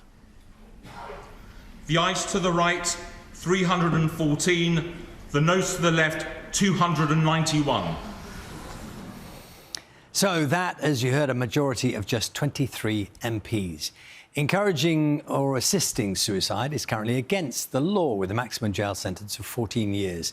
This proposed legislation would allow terminally ill adults with fewer than 6 months to live to apply for an assisted death, subject to approval by 2 doctors and a panel featuring a social worker, senior legal figure and a psychiatrist. But the journey of the bill isn't over yet. It will now head to the House of Lords, where peers are expected to debate it further. Both houses must agree the final text before it can be signed into law. But it could be 2029 before assisted dying is offered. Let's speak now to a former Paralympian, Baroness Tanni Gray-Thompson. Tanni, good morning to you. How are you feeling this morning after the vote? It's quite mixed feelings, actually, because, other people have talked about winning and losing. And that doesn't feel like the right way to talk about it, because ultimately a lot of people are still really worried. There are people worried about taking too long to die, and there's people worried about being coerced to die too early. And we still don't have palliative care sorted. So it's quite mixed, and, we're getting ready for it to come to the Lords. And, from my personal point of view, about amending it to make it stronger.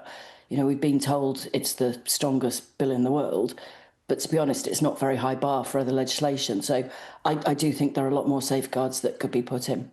The majority was narrowed significantly, and I wonder, and so I suppose it shows the depth of interest and commitment to trying to understand the issues around it, which saw so many people change their minds from the initial vote. What has that encouraged you, that there is more conversation to be had?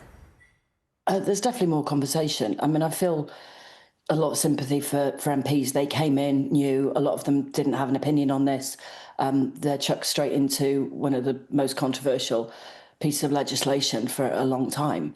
And then the way the committee runs in the Commons is very different to the Lords. So amendments are selected, not every amendment gets debated, and only 12 amendments were taken to a vote over 120 something. So the Lords process is very different, because we can debate every amendment, and they're normally put into groups, and we can vote. And I think of what was said earlier, there are a lot of, doctors, lawyers, people who are deeply embedded in this that, want to make it safer. I mean, currently it can be offered to people with learning disability without training. There's loopholes on anorexia. And I think there are loopholes around children. A young person only has to say the conversation started on their 18th birthday, and that's it. And I think, kind of worryingly, the Royal College of GPs and the Royal College of Psychiatrists have come out and said, not this bill. So they're the ones who will be, working. Once it goes through Parliament, MPs, peers won't be involved. These are the people who are going to be working on it, are saying, not this bill. Tanya, good morning to you. It's Charlie here in the studio. We've spoken to you many times during the discussions around this vote yesterday, which is such an important vote. Am I detecting an air of weariness from you this morning? And I'm not trying to read your emotions, but you put so much into this debate. Am I detecting that? You're probably detecting I'm not really a morning person. Politics goes up and down, and I think we were listening to the debate intently. Well, I've listened to all of it, but yesterday, and kind of realising that it was going to be very hard to vote down at the third reading, and I think it's taking stock as well. I was out talking to the protesters in Parliament yesterday. And the emotion from all of them is real. People are scared both ways. And I think we have to find a way through this. And that's actually the Lord's job. The Lord's is there to amend, it's there to improve, and it's there to try and sort of reconcile lots of different, very complicated views. I'm still of the view, palliative care is a postcode lottery. That's not acceptable. And also, it changes the doctor's relationship with patients for the first time. Doctors, themselves will have a price on people's lives, whether it's cancer treatment or assisted dying, and so it fundamentally changed our relationship with doctors. And I think it's the devil is in the detail. I can't argue with 2 doctors settled with 6 months diagnosis. I mean, that sounds great, but it's what happens on the ground. Coercion, how doctors are able to have that conversation. Are we able to spot coercive relatives? Those are the things that we need to make sure are really watertight, because once someone's dead, there's literally no coming back from it. Do you think, Tanya, that people who've not got something personally invested in this that they have fully understood the implications that you have presented consistently throughout. And I know that everyone's been applauding the listening part of this process. A lot of people have listened and tried to pay attention to the arguments on both sides. Do you think people have understood what you've tried to present? It's really complicated because, you know, I don't believe that this bill is the right one. But my responses to the two doctors settled with 6 months could take an hour and a half to explain in terms of, you know, why the detail is important. And, you know, I'm worried about disabled people. This bill is not going to take place in isolation of the swinging government cuts that we're expecting around disability. And the welfare system has to be reformed. I'm not denying that. But, you know, right now, a lot of disabled people are worried. And, you know, this is the job of the Lords, line-by-line legislation. I remember the first debate I was in, we were debating back in 2010 whether and nor or and or should be in a sentence. And those two fundamentally change how law is enacted. I mean, it sounds slightly mad, but, you know, that's why the detail is so important. And, you know, the things I'll be looking at is how those conversations take place, because it's the subtle conversation, which is, you know, think of your family, think of the NHS. Do you want NHS to be available to your grandchildren? Those are the conversations which are the coercive ones that could make people think they have no choice. Now, choice is a really difficult one, because in giving choice to some people, you can take it away from others. And that is our job in the Lords, to try and balance that out. Baroness Tanni Grey-Thompson, thank you very much. It's always been so interesting and thoughtful speaking to you. We appreciate that. Also appreciate you speaking to us so early in the morning, which, as you quite rightly pointed out, is maybe 7:28 on a Saturday morning, not your ideal cup of tea, but there you go. Thank you. Thanks, Charlie. It has been more than 30 years since an RAF Chinook helicopter crash on the Mull of Kintyre, which claimed the lives of all 29 people on board. The families of the victims say that they are determined to get answers. They're calling for a public inquiry and for documents sealed by the Ministry of Defence for 100 years to be released. Our reporter Bryony Leyland has more. There we are. Oh, that's sweet, isn't it? For Lucy Sparks and her mum Sue, these are precious pages. Lucy and her twin brother were just 2 years old when their father, Major Gary Sparks, died in an RAF Chinook helicopter crash in 1994. Their sister Esme was 7.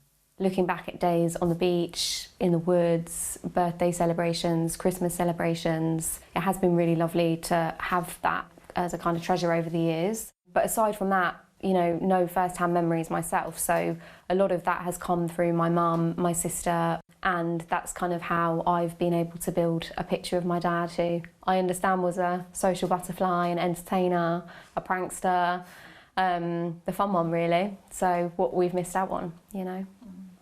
Major Gary Sparks served with the Royal Artillery. During a posting to Northern Ireland, he was flying to a security conference in Scotland when disaster struck.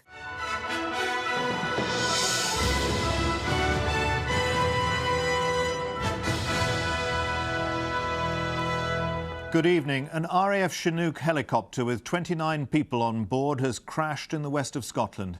It hit a hill in thick fog. They told me that the helicopter had crashed, but they didn't know if there were any survivors. So I assumed that he, being the fit youngest, one of the youngest on it, I thought, well, he'll be all right. And it wasn't until about 10 o'clock that night that we found out that there were no survivors. Our lives were completely shattered that night. Those on board the Chinook included senior army officers, members of MI5 and RUC Special Branch. After the crash, the pilots were blamed and found to be grossly negligent. But after a long campaign, Flight Lieutenants Jonathan Tapper and Richard Cook were exonerated. Last year, a BBC documentary highlighted concerns about the Chinook's airworthiness and revealed that documents relating to the incident won't be released until 2094, 100 years on from the crash. We want to know who is being protected as a result of those documents being locked away and hidden to a time where even our children, my daughter will be in her 70s, we'll all be long dead and gone. And so that's why we feel that we need to kind of fight that and get to the bottom of that. I want openness and accountability. I want to know exactly what happened that night, and I want to know why. Lucy, her sister Esme and mum gathered with other families to mark the 31st anniversary of the crash earlier this month. 47 so-called Chinook children are leading a campaign demanding a public inquiry examine all the evidence. There's clear evidence that the aircraft was not airworthy.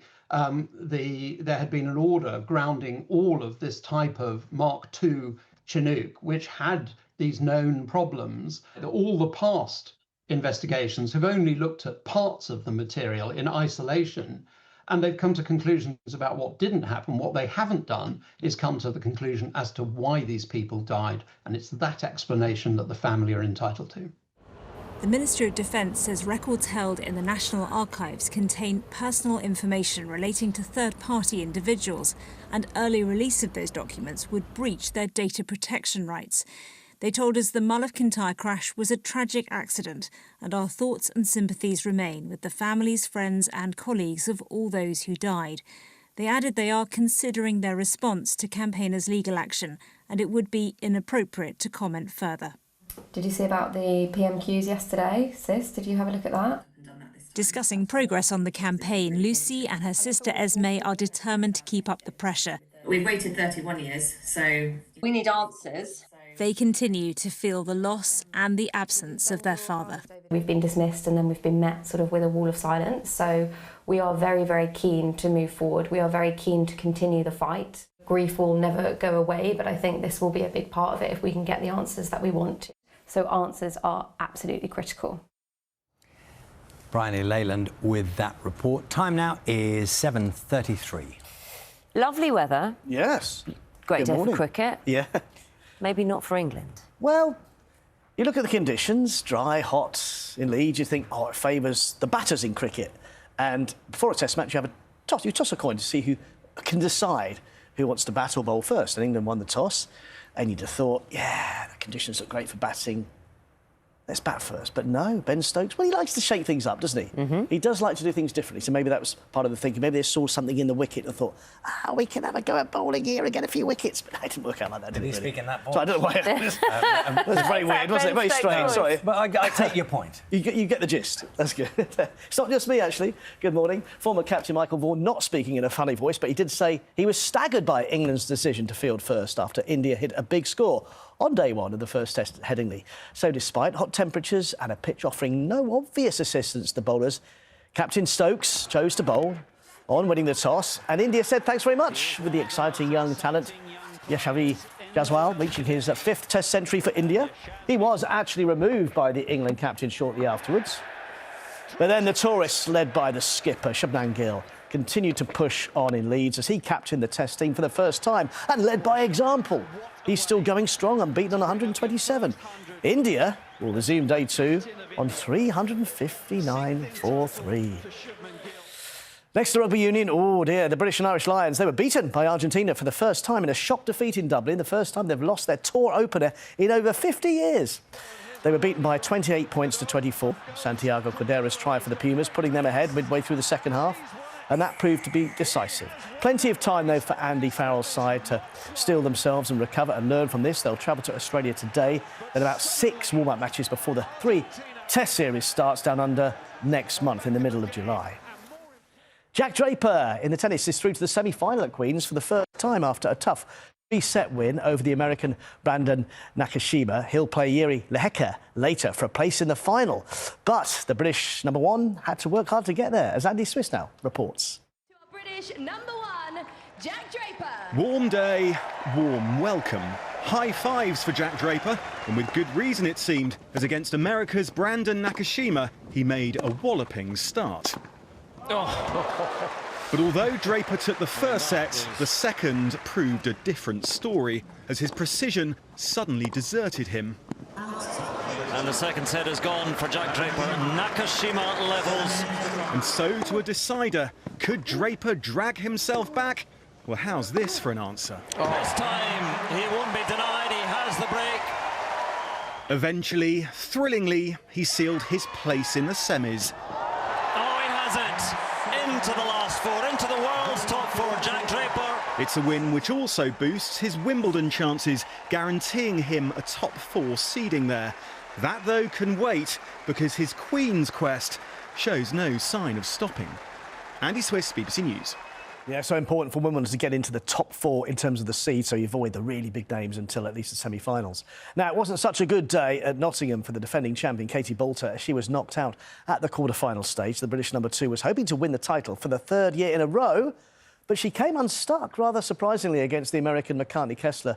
Boulter was 4-3 up with a break of serve in the final set, seemingly cruising to the final set win, but lost the last 3 games, including her serve twice, meaning her 12-match winning run on her home court comes to an end. Kessler will play Rebecca Skramkova in the semi-final later.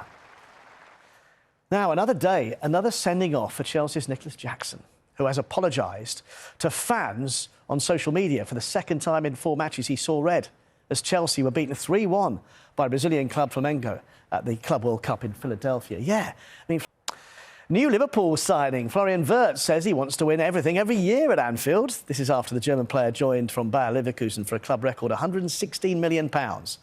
Wirtz has signed a 5-year deal at the age of just 22 and says he wants to continue the form which saw him score 57 goals in nearly 200 appearances for the Bundesliga side.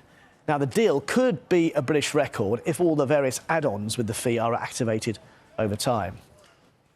To athletics and a great night for Amy Hunt at the Diamond League in Paris. She grabbed 2nd place in the women's 200 metres in a season's best time, narrowly missing the win to in-form American Anna Vivia Battle. Compatriot Dina Asher-Smith, though, started strong off the blocks, but faded and eventually finished in 5th. And George Mills was also on form once again as he ran the 2nd fastest time by a Brit in the men's 1500 metres, finishing 3rd. So after beating Sir Mo Farah's long-standing British 5,000 metres record in Oslo last week, he again bettered that Farah landmark to climb to 2nd in the all-time UK list with a time of 3 minutes 28.36 seconds, faster than his dad, Danny Mills, who, of course, was a footballer for the likes of Leeds and Manchester City in England. Now to golf, England's rising star, Mimi Rhodes, has found out how tough life can be at the top as she just missed the cut at her first Women's PGA Championship, ending her 2nd round 8 over par, but still a great experience for the 23-year-old Rhodes. In fact, Charlie Hull is the only home player to stay in contention, just making the cut on 3 over par, with Ireland's Leona Maguire a shot better off. Now, the lead is held by Thailand's Gino Titikul, who has a 3-stroke advantage on 6 under par. The world number 2, Rory McIlroy, had a frustrating old day at the PGA Travellers with a 1 over 71, dropping him 4 back now. But Tommy Fleetwood is in contention after 2 eagles and a birdie in the last 4 holes. His round of 65 put him into a share of the lead on 9 under, with world number 1 and defending champion Scotty Scheffler and 2-time major winner Justin Thomas, who dazzled with a 6 under 64. A big night in rugby league. Wigan Warriors squandered their chance to narrow the gap on Super League leaders Hull KR as they were stunned by an impressive Wakefield Trinity at Bellevue, while St Helens, well, they handled the heat really well last night, in contrast to the Leeds Rhinos, who just wilted in it. Dion Cross and Tristan Saylor both scored a try, as did teenager Owen Dagnall, who crossed the line for the 2nd time this season in an 18-4 victory.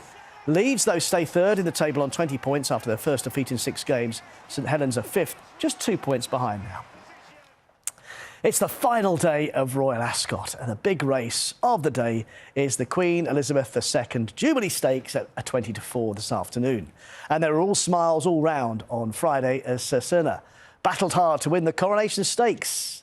The 33-1 shot beating Zadagana to the line. She's trained in Ireland by Joseph Murphy and ridden by Gary Carroll, and has actually been beaten in all 4 outings since winning a maiden at Naas last September. That's why it was a 33-1 shot. 3-year-old horse held off the rest of the field to win by half a length, with another length back to January in 3rd. Glorious, glorious weather for Ascot. Day for the hats and the sunscreen again, I think. Certainly is. Yeah, lovely. Thank you very much, Mike. Time now, 7:41. Here at breakfast, we've been following the story of Andy, Mike and Tim. 3 dads who each lost a daughter to suicide and have been fundraising in their memory. For their latest challenge, they're walking 130 miles around Anglesey, and they're expected to cross the finish line this morning. Our reporter, Alison Freeman, has been following their journey.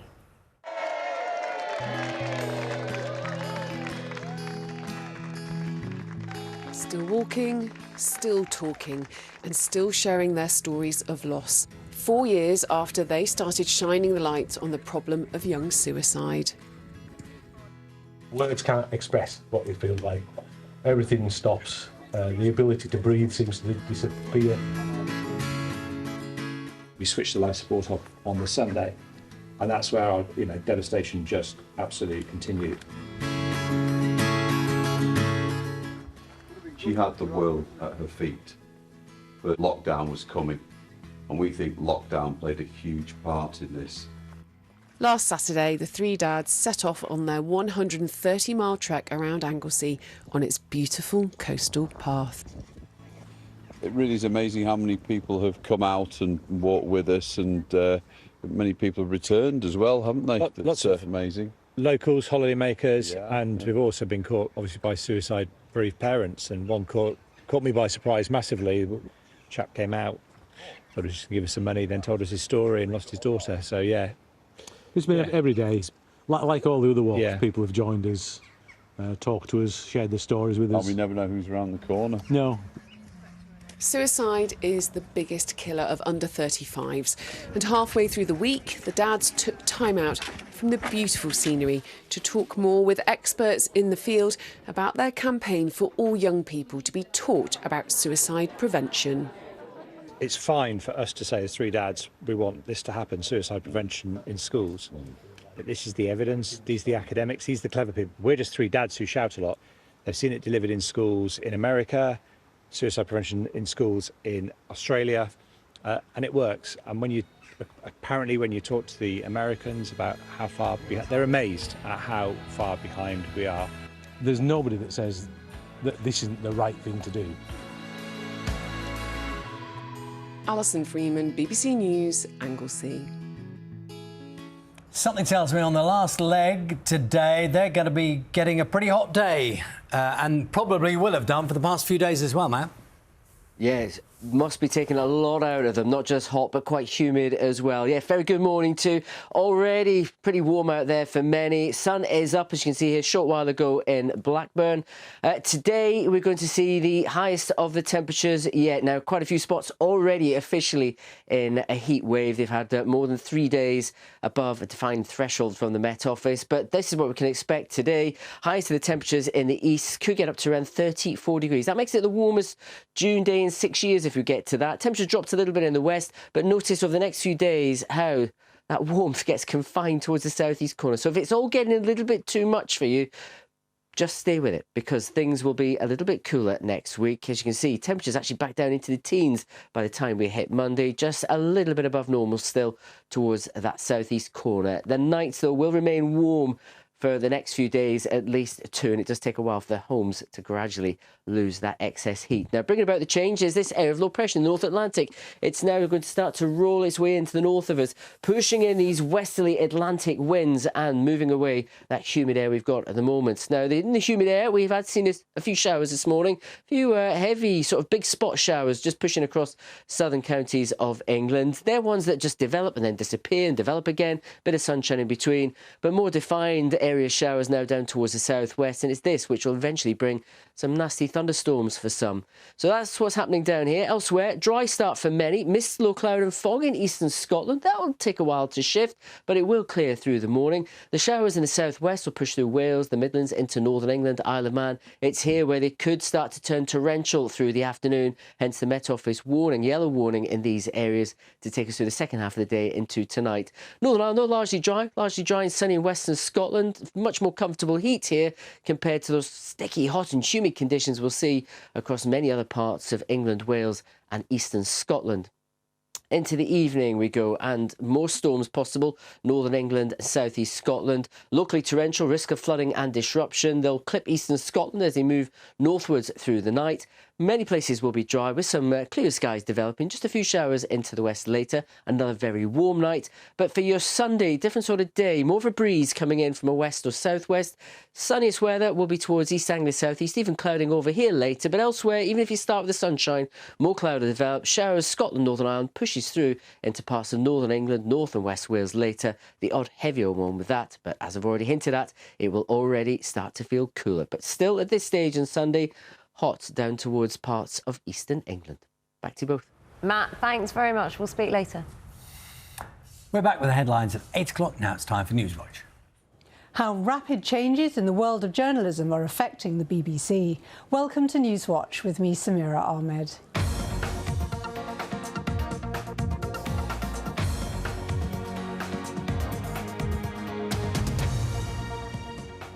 Coming up, as a series of wars and disasters leads to news fatigue amongst audiences and a decline in trust for the mainstream media, how should BBC News respond? And the potential advantages and risks of artificial intelligence for the corporation's journalism. First, as threats and rumours emerged this week about how the conflict between Iran and Israel might develop, there's been a growing sense of tension and uncertainty among the international community, some of it on display at the G7 summit in Canada. The BBC's political editor, Chris Mason, was there, and he spoke to the Prime Minister for Tuesday's BBC One bulletins. I'm very concerned about the nuclear programme that Iran is developing. That's a unanimous position in the G7. Maybe the only way around that is a different regime. Israel is obviously threatened, and I've been very clear about Israel's right to self-defence. This is a conflict which could very well escalate, which would have implications for the region, implications almost undoubtedly for Gaza and obviously for the economy. How does it resolve itself? That's why we need to there is growing de-escalate. talk in the region about people rising up against the regime. Kate Brown was unimpressed with the way Chris Mason conducted the interview. He asked a number of questions and then stopped the Prime Minister answering by continually talking over him. An interview is not about making the interviewer look good. It is about getting the facts out to the audience. Jim Kay agreed. Since when has it been OK for a journalist to ask a question, then interrupt and talk over our most senior politician? By all means, hold our officials to account, but do it professionally. The PM was answering the questions precisely in an appropriate and diplomatic manner. Please, can BBC journalists stop trying to generate sensationalist headlines? Well, BBC News gave us a statement in response to that, which reads: when interviewing the Prime Minister and other people in power, it is critical that BBC journalists hold them to account and get them to answer the questions the public wants to hear. This interview was respectful and robust, giving the Prime Minister the space to answer the questions and, where appropriate, interrupting to ensure the questions were actually answered. There were further objections to another question posed in that interview. Finally, Prime Minister, in the last fortnight you turned on the winter fuel payments, you turned on a grooming gangs inquiry. Can you understand why critics say that they don't know what you stand for? Those decisions to hold a national inquiry into grooming gangs, as recommended by Dame Louise Casey's report into the subject after she and the Prime Minister had previously ruled that out, and to raise the income level at which pensioners will receive winter fuel payments, were not accurately described there, according to Andrew Pickering. Waiting for a report, then following it, is by definition not a U-turn. Changing a threshold is by definition not a U-turn. And Paul Bowden wondered, why are journalists obsessed with politicians changing their minds? If new information comes to light, such as a report being published, then a U-turn may be the right thing to do. Stop this ridiculous obsession with U-turns, please. We'd already heard objections like those last week after that announcement that winter fuel payments would no longer go just to those on pension credit. Here's some of how that was reported on BBC News. Every pensioner with an income of up to £35,000 will get the payment this winter as the Chancellor sets out the detail of a major U-turn. Tonight at 6, 9 million pensioners will have their winter fuel allowance reinstated after the government's biggest U-turn yet. I think the reason they've sped up that timetable by a considerable margin is actually reflected in how big a U-turn it is. So, everyone agreed that was a U-turn, and a big one. Not quite. Here's Neil Forster. A U-turn is rolling back a policy to its original state. This policy has moved from a universal payment to all pensioners to a means-tested annual payment. All that has now changed is the threshold at which that payment is made, an adjustment that many, including myself, had asked for. U-turn is the language of the Daily Mail. Effectively, the BBC is now doing Kemi Badenoch's job for her, using populist messaging to attack the government. Well, we wanted to talk to someone from the BBC's political news department about Chris Mason's interview of Sir Keir Starmer and about the use of the phrase U-turn. nobody was available for interview. And on the latter issue, we received this statement. The government's decision to largely reverse its cuts to winter fuel payments after widespread criticism is a major change in policy, and it is factually accurate to refer to this as a U-turn. Increasing the winter fuel payment threshold raised questions about government spending and savings plans and their fiscal rules. We provided insight on this in our coverage, and we were also clear that 9 million pensioners in England and Wales with an annual income of £35,000 or less will now be eligible for the payments. Tuesday saw the deaths announced of two very different entertainers. Kim Woodburn, the star of the Channel 4 show How Clean Is Your House, and the renowned pianist Alfred Brendel. Keith Warner contacted us after that evening's News at 6 featured a headline and a report on the former, but nothing on the latter. A TV headline news item about Kim Woodburn and nothing about Alfred Brendel's death. Never, never imagine you are not dumbing down. I think you should rethink before 10 p.m. A proper extended tribute? Well, there was no extended tribute to Alfred Brendel on the News at 10, but Mr. Warner might have been a little bit gratified by this at the end of the bulletin.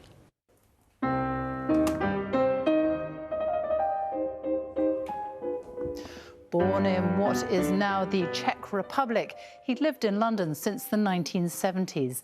Alfred Brendel performed professionally for more than half a century. He had a wide repertoire, playing everything from Bach and Mozart to Schumann and Liszt. But it was Beethoven who he was most closely associated with. The way we consume news and the content and style of the journalism that's being delivered to us is changing quickly around the world, and that's having a big and direct impact on BBC audiences.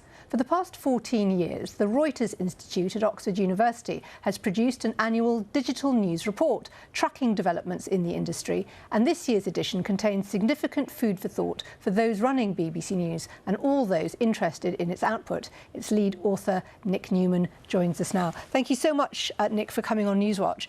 The report says trust in news among UK audiences has dropped over the past decade from 51%, so just over half, to 35%. So can you tell us what challenges that presents for the BBC, which, of course, is always emphasising the importance of trust?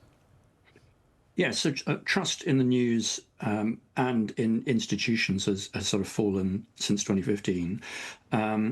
And there's lots of reasons for that, sort of polarisation in society, issues that are really hard to cover, like Brexit, Israel-Palestine, for example. People see things on the BBC, for example, representing opinions that they don't like. So there's kind of the polarisation side. And then other people think that, the standards are falling because of digital and the competition, the chasing clicks, that the BBC has sort of dumbed down in different ways.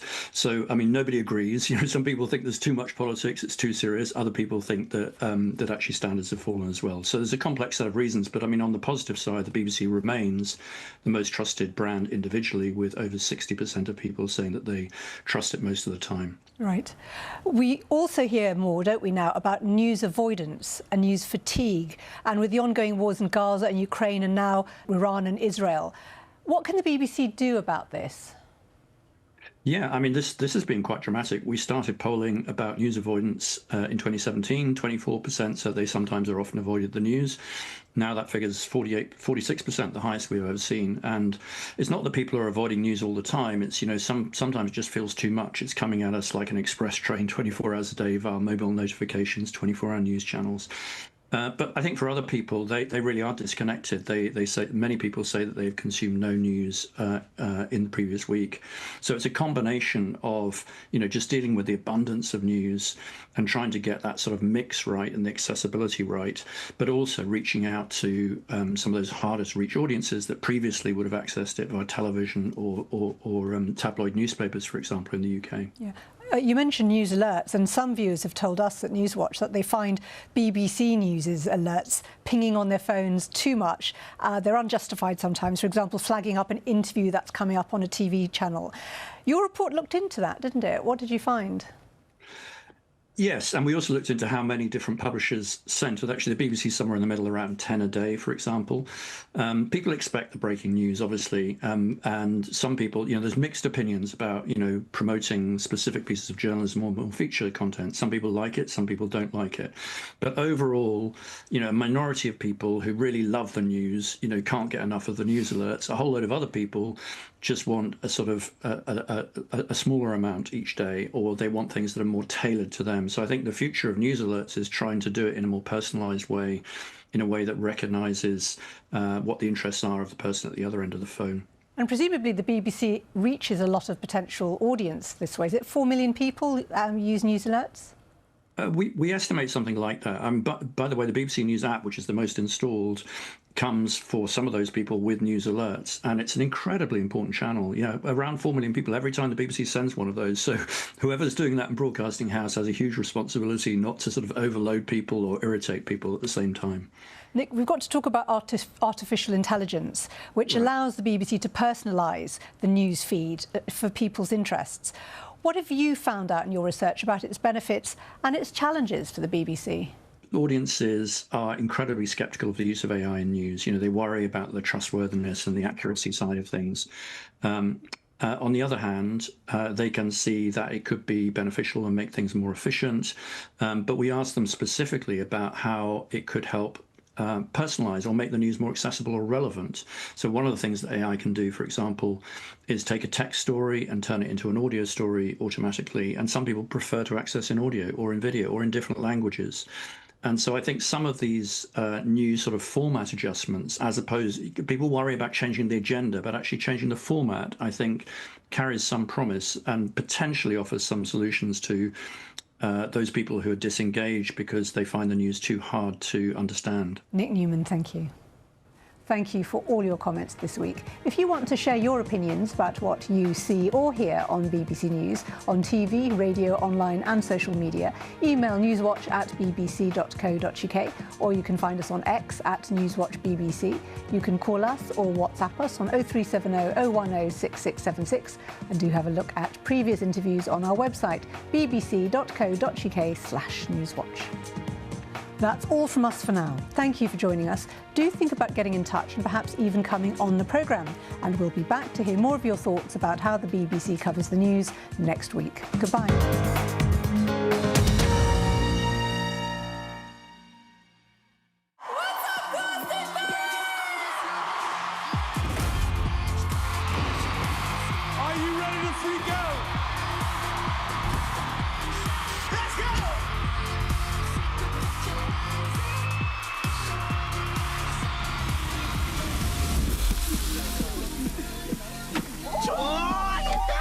Together for Glastonbury. We bring it to you. Starts Friday from 12, live across the BBC.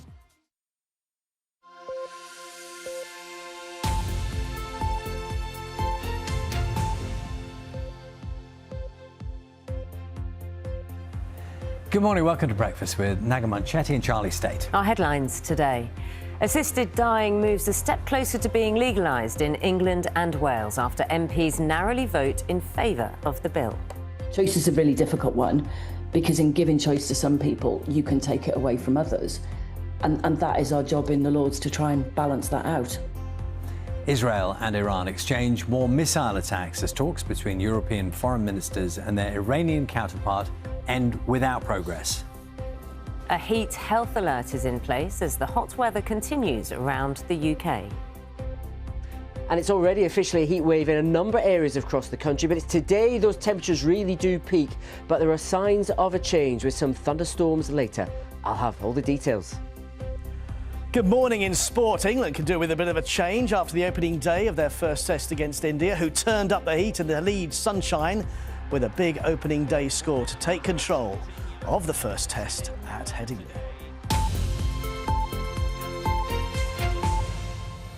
Good morning. It's Saturday, the 21st of June. Our main story this morning. Campaigners, including Dame Esther Rantzen, are urging the House of Lords not to block yesterday's historic vote by MPs to legalise assisted dying in England and Wales. The bill, which was approved by a majority of just 23 votes, would give terminally ill adults the right to end their own lives. Opponents have said they will seek to bring amendments. Here's more from our political correspondent, Damien Grammaticus. The ayes to the right, 314. The noes to the left, 291. Weighed in the votes of MPs, a shift that heralds profound change. Campaigners who want assisted dying, some with terminal cancers themselves, say this will end suffering for so many families. The prospect of legalised assisted death has prompted impassioned arguments. Here, and in the country as a whole, discussing death is something we tend to shy away from. Kim Leadbeater, the Labour MP who has steered the legislation through the Commons, says it is about giving choice, control and dignity to those already dying. This actually isn't really about MPs. It's about what happens out in the country and the difference this makes to the people who need this change. And when you've spent all that time with families and dying people, I mean, there were people who were terminally ill in the chamber today, and you know, my eyes kept going up to them, thinking, we're doing this for you. It's not about us. You know, we've got a safe piece of legislation on a really important issue that will mean so much to so many people. For those opposed to the idea, disappointment. They believe it's dangerous and will continue to fight the change as the debate moves to the House of Lords. We already have the power to end our own lives. It's called suicide. It is not a crime. It hasn't been a crime in this country for decades. This is a different power. This is about the power of the state through its agents to exercise power over life and death. Their fear is that disabled, marginalised and vulnerable people may be coerced or pressurised to end their lives, not liberated from suffering. Ultimately, a lot of people are still really worried. There are people worried about dying, taking too long to die, and there's people worried about being coerced to die too early. And we still don't have palliative care sorted. So it's quite mixed, and you know, we're getting ready for it to come to the Lords. And, you know, from my personal point of view, about amending it to make it stronger. But those in favour say the legislation now has serious safeguards in it. Dame Esther Ranson, who has stage 4 cancer, has campaigned for the change. When somebody says one of the reasons I wanted assisted dying was I didn't want to be a burden, well, that's how I feel, in the sense that if I die in agony, that memory will be a burden for my family. Not because I'm awkward or inconvenient, I may be both those things, but because nobody wants to see a loved one die in pain. Nobody wants that. The House of Lords will take up the arguments. They will certainly seek to make some changes, but it's now highly likely assisted dying will become law in the coming months and be in place in the coming years. Damien Grammaticus, BBC News, Westminster. Let's speak now to our political correspondent, Tony Bonsignori. Morning to you, Tony. So, important day yesterday, an important vote. It goes to the House of Lords. Talk us through what happens next and the time frame.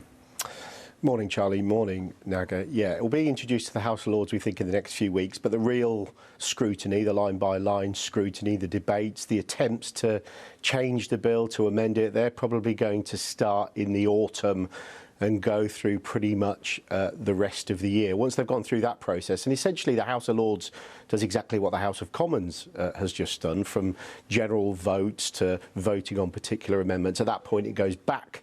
The amended bill goes back to the House of Commons, and we get this process known as ping pong, where MPs either accept or reject the amendments made in the laws. And even then, even if it goes through, we're talking another up to 4 years for this to be implemented. But to say a few things are worth mentioning about the House of Lords. Number one, it's full of people who will be very interested in this topic and will have views, be they doctors, be they lawyers, be they bishops, be they campaigners.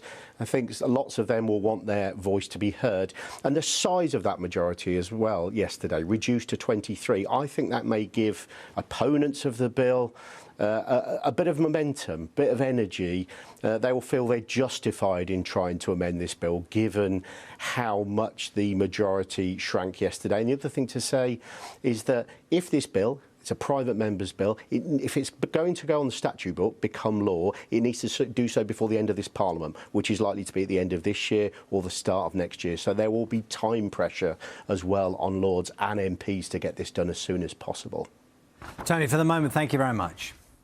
Time now at 8:06, and Naga has more of the news now for us. Indeed. The BBC understands that the British government is planning to ban the Palestine Action Group.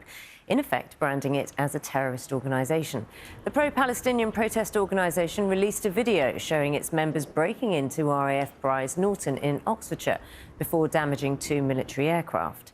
Amnesty International has said it is deeply concerned about the use of counter-terrorism powers to target protest groups. The government has announced a plan to invest £650 million into DNA technology to treat serious illnesses before they become a problem. The ambition, which includes mapping the DNA of all babies born in England, is part of a 10-year plan to transform the NHS and ease pressure on services by focusing on technology and prevention. President Donald Trump has dismissed European efforts to de-escalate tensions between Iran and Israel after talks between representatives in Geneva ended without a solution. It comes after another night of missile strikes between the two countries. Our Middle East correspondent Dan Johnson has been following events from Jerusalem. Not exactly. There was a further exchange of fire between both sides overnight. About 5 ballistic missiles fired by Iran towards Israel, we believe. All of them successfully intercepted, but there were reports that some shrapnel had fallen near to Tel Aviv, setting fire to the roof of one building. That all happened at about 2:30 local time early this morning. No casualties reported across Israel overnight, but we know that around the same time the Israeli Air Force was conducting further strikes across Iranian cities, targeting again the missile sites where those ballistic missiles have been launched towards Israel and other bits of the Iranian nuclear program. Those have been the targets that Israel has been hitting repeatedly over the last week. Israel's foreign minister says that bombing over the last week has set back the Iranian nuclear program by 2 or 3 years. But those talks that were supposed to start yesterday in Switzerland between Iran's foreign minister and his counterparts from Britain, as well as France, Germany and the EU, broke up with the Iranians saying that there would be no negotiations while ever attacks continued. So although last night was lighter than some of the previous nights in terms of bombardment, damage and casualties, there is still an exchange of fire, which makes it difficult to see how any serious peace negotiations can even get underway. Dan Johnson, our correspondent there in Jerusalem. The King will today become the first monarch to send a message to the team working at the British Antarctic Survey as they mark the darkest day of the year. Each year, the BBC World Service broadcasts a message to the researchers. Our senior royal correspondent, Daniela Ralph, explains. During the midwinter months, life here can feel dark, cold and isolated. Over the decades, the BBC World Service annual midwinter broadcast has been a morale boost for those working in the extreme conditions of an Antarctic winter. Now in its 70th year, today the audio message comes from the King. I very much appreciate the resilience and commitment to duty you all demonstrate so effectively, and which embody the pioneering spirit that has characterised British polar exploration for generations. On the 70th anniversary of this midwinter broadcast, I send countless special thoughts for your celebrations today. And those celebrations by the research team in the Antarctic have been compared to their own version of Christmas Day. Traditionally, we start with a bit of a brunch. We'll have a large midwinter meal. We'll usually have a broadcast every year, which will get some messages from family and friends and hear some tunes that we've picked as a station. And then throughout the week, we have a variety of celebrations to coincide with that midwinter period, including this year, we're going to do a 10K fun run. A 10K fun run in those conditions, how fun is that? Ask me when I'm halfway round. The history of midwinter broadcasts has been varied. In 2017, there was a song from comedian and musician Bill Bailey. It's rock and roll and the South Pole in your cozy Antarctic hidey-hole. And also a unique message from the cast of the BBC comedy W1A. What are we saying? What are we saying then? I think we're saying well done and good luck. Yes, Good luck. and they're being very brave, so good luck. Thank you for the work you're doing. Yes, thank you. Many thanks for the work you're doing and good luck from maybe all next of the time. BBC. Come home, keep warm. Yeah. So that's all good. Okay. And how will the British Antarctic Survey team round off their celebrations? They'll watch the 1982 horror sci-fi film The Thing. Any Anybody there? The story of Antarctic researchers battling with an extraterrestrial being. A quirky end to this midwinter day. Daniela Ralph, BBC News. Time now is 11 minutes past 8. Have you? I know you've been watching that film every time we've seen it so far. I have. Would you like to be there right now, Matt? Yes, but no. Maybe not this time of year. Maybe a little bit to the other side when it's a bit lighter all day year round. I think that would probably be my preference. But certainly not on their midwinter's day. But for us, midsummer's day, of course, the solstice. Let me just give you a sort of drift of what to expect later in terms of sunset. Not until after 10:30 in Lerwick tonight. But, of course, it never really probably gets dark at this time of year there. You can, of course, check your sunrise sunset times on the BBC weather app. But the weather to go with it today, again, will be pretty hot and humid. Already starting to feel that way. Just want to take you, though, to the Midlands. These clouds here in Hales Owen. These are called Altocumulus castellanus clouds, little tufts of cloud a little bit high up in the atmosphere. It's an indication that our atmosphere is changing, that things could turn stormy later, and they certainly will, and we'll start to see a change in our weather. So there could be some pretty nasty thunderstorms, especially through Northern England, North Midlands, North East Wales, and also South East Scotland. These are where Met Office warnings are out for later on today. Now, what's happening is we've still got this run of very warm air coming up from the near continent. Weather pushing in from the west, that's destabilising the air. Already, though, ahead of it, we've got a few those big spot showers just working across some southern counties of England. They form 1 minute, disappear the next, bit of sunshine in between, but showers more widespread down towards the southwest and already picking up the odd flash of lightning, rumble of thunder with those. Now, away from that, most of you, it's a lovely start to Saturday. Not too hot yet. Will be very soon, though. Mist and fog across the eastern parts of Scotland, the exception. That will gradually clear. Sunny spells developing here. Fine day in Northern Ireland. But the showers in the southwest will push through Wales, the Midlands, and into the afternoon could become torrential across these areas of Northern England into southeast Scotland, hence the risk of flash flooding and that Met Office warning.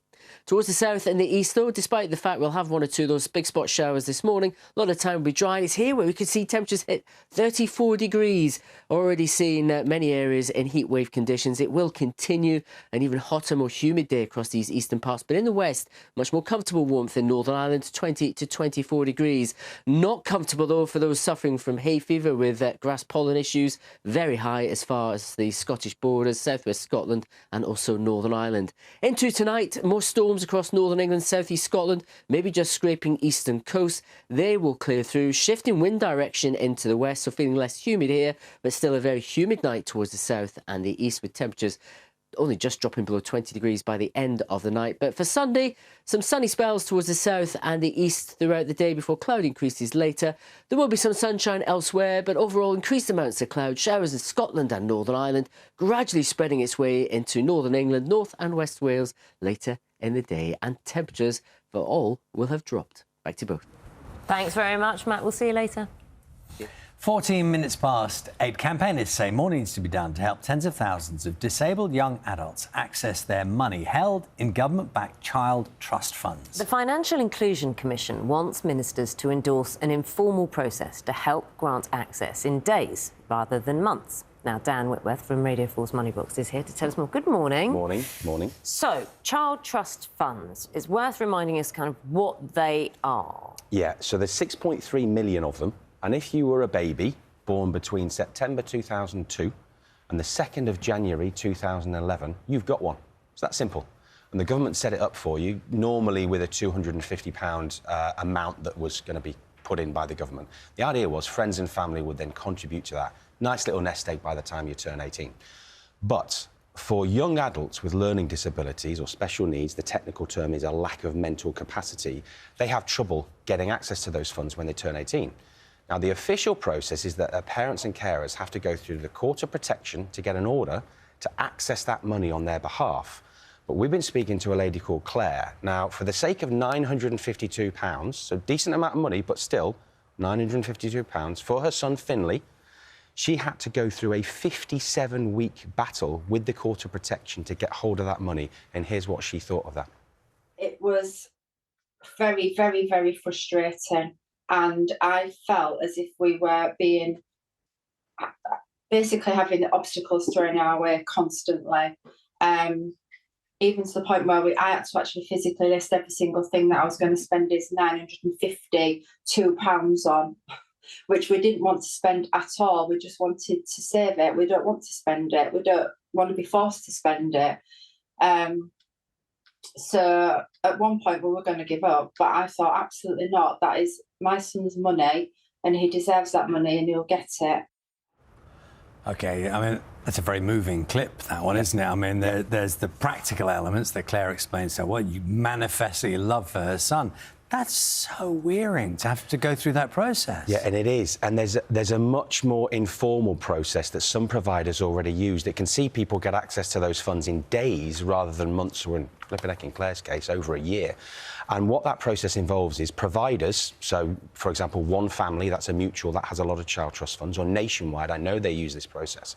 It's an informal process, and they do ID checks on the parents or carers, of course, passport, driving licence, but then they use existing documentation to prove that the parents and carers already manage funds on their children's behalf. So, for example, Department for Work and Pension benefit payments, PIP payments, that they'll already get on behalf of their children and they're managed. So the contrast to Claire's experience is Lisa and Matt Gapp and their daughter Sasha.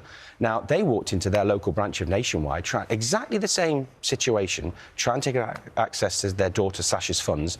They got it within a week. I think it's really tough because as a parent of a special needs child, you've got to learn a lot for every scenario in life. So you have to learn a lot about how to get them into school, how to get them support after school, how to help them with their future. So everything you need to learn brand new. You don't know. There's no guidance for it. So medically, everything. How to get extra help with everything, especially finance. And it's heartbreaking to think that people can't get hold of money that's rightfully theirs. Yeah, but there isn't a process or a procedure in place that covers this scenario for people. Lisa and Matt have hit the nail on the head, haven't they? They absolutely have. So what's the government saying? Right, so the government says it understands the challenges that parents and carers in this situation face, and they are working on it. I mean, they say they've made the process more simple. They've done a step-by-step guide. They've made it digital, but campaigners still say, look, it's expensive, it's time-consuming, and it's very complicated. And again, you can make it digital, but I mean, you heard from Lisa and Matt, they went through that process, and that it basically put them off, and that's the fear. That's the fear, because campaigners estimate there's approximately 80,000 young adults in this situation.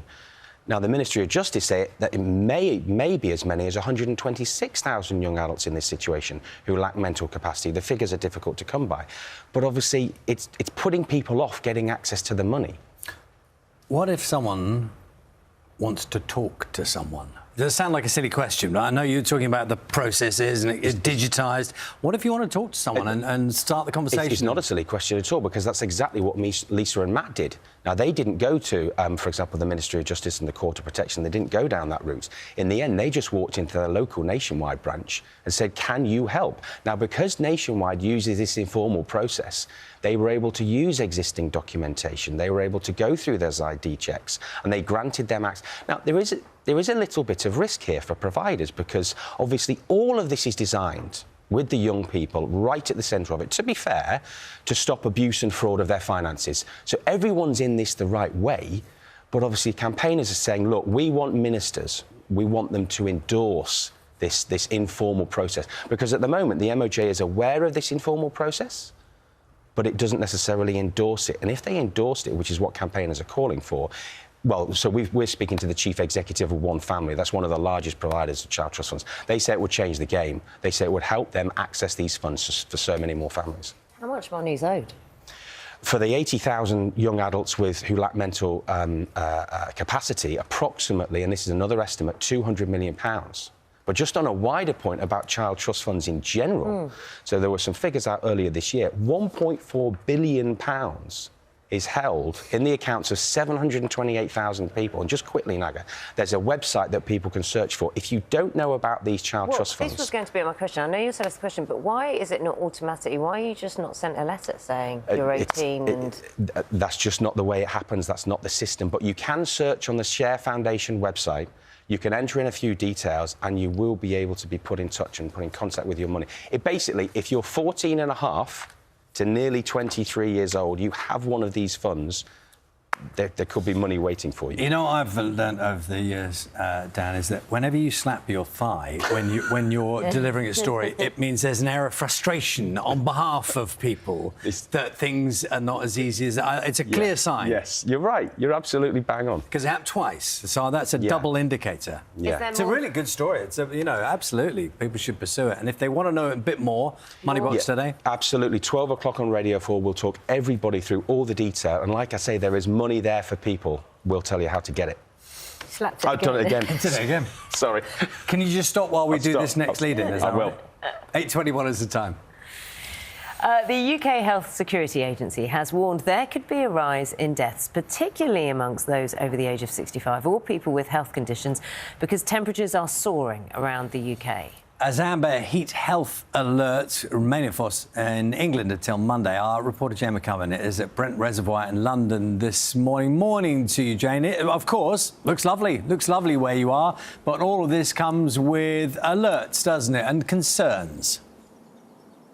Absolutely, Charlie. Good morning, everybody. I can feel people at home rolling their eyes because every time the weather gets nice, the BBC starts worrying them with safety messages. But we really do need to talk about it because look at how appealing and gorgeous this is today, the tranquility of this reservoir. They've been sailing here for about 100 years. And it's gorgeous. It's surrounded by picnic spots. But it comes with dangers that we want to talk to you about this morning. Good morning to you both. Manfred Starkle from the Sailing Club, you're in charge of the safety down here. Andrew Lewington from London Fire Brigade. This is an important message because how many fatalities have you already had this year? Yeah, unfortunately, we've had 15 people have died in water this year. Last year, we had 550 plus people rescued from London Fire Brigade. We'll attend the instance within 6 minutes, but sometimes, sadly, that's not quick enough. This year alone, we're getting 12 a week, so it's going to be an increase of 15%. People need to understand what lies beneath water and should think twice about jumping in. Mostly young people, isn't it? Mostly kids and young people who are enjoying what they think is a safe spot, but what goes wrong? Well, underneath the water, we call it temperature stratification. So the first foot of water will be nice and warm, it'll be with the air temperature, but beneath that can be up to -4 degrees, and as you go down through it.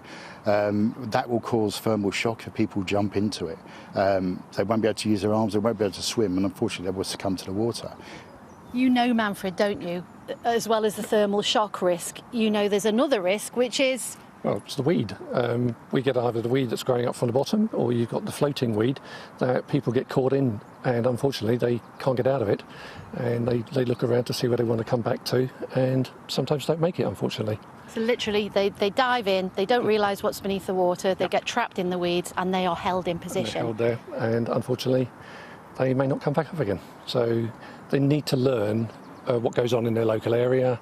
It's best if they go to clubs to learn about water safety and see what's actually going on around in their area. I mean, the reality is people aren't likely to do that, and young people are likely to come down to places like this, and you have to warn them every year, don't you? Don't come for a swim. What was your message to everybody this morning, to the parents watching that need to get this message out? It's basically to keep them away from the water's edge, because you don't know if it's going to be a sudden drop. Nobody looks at the environment where they are, and it's best, unfortunately, to keep them away or go to a place where they've got lifeguards, and that's the better place. Then you know you've got safety there. Go swimming where you're meant to go swimming. Exactly, yeah. Thank you so much for coming out this morning. Really appreciate it. Let me introduce somebody else now who has a very different water message. This is Tony Birch from Age UK. Good morning, Tony. Thanks very much for your time today. Your water message is about this kind of water. It's about drinking water, yes, to prevent heat exhaustion. It's very easy to get dehydrated in the heat. We sweat to lose heat, and it is terribly easy to get dehydrated, and it can creep up on you really quickly without you realising it. So always have water by you. So listen, the thing we need to concentrate on is there is a different kind of risk to people who are over 65. And that risk is because of what? What changes when you suddenly go over 65? We have wonderfully intricate, complex systems for maintaining our body heat against all sorts of different outside temperatures. In extremes, including especially the heat, those systems get challenged and they don't work so well. The older we get, the harder it is to maintain our body heat. And I would add also people with long-term health conditions as well. Even more at risk. Yes. I remember my mum with disabilities, and in her house we had to keep all of the curtains closed. Yes. The house was so hot and she just couldn't cope. Yes. You don't normally think about closing the curtains against the sun, but that can be very important. A fan, if you've got it, is also very helpful, and drink water. Frequent small sips. What are the signs of heat exhaustion, and when you spot those signs, what should a loved one do? Right. Feeling unwell, loss of energy, headache, cramps, muscle cramps, stomach cramps, nausea, vomiting, hot skin that may paradoxically feel a bit clammy and sweaty, fast pulse, fast respiratory rate. So when that happens, you offer a loved one water, a wet cold flannel. Get them out the sun, cool them off. You can douse them with water to cool them off. Wait 15 or 20 minutes, and if there's no improvement, think about calling the emergency services. Think about taking them in somewhere for medical treatment. You can do things yourself first, and that usually does work. Such an important message. Thank you so much for your time today. We really appreciate it. For everybody who is rolling their eyes saying, oh, the BBC gets so boring every time the sun comes out, we want to enjoy it. These messages do need to cut through. There have been deaths here. There have already been, I think, 15 fatalities in London so far this year. The message does need to get back to everybody at home. So back to you, Charlie and Naga. Certainly does, Jane. Thanks very much for that. Now, drivers in a small town in Northern Ireland have been left bemused after a new yellow box junction appeared on the road. That is it. It's big.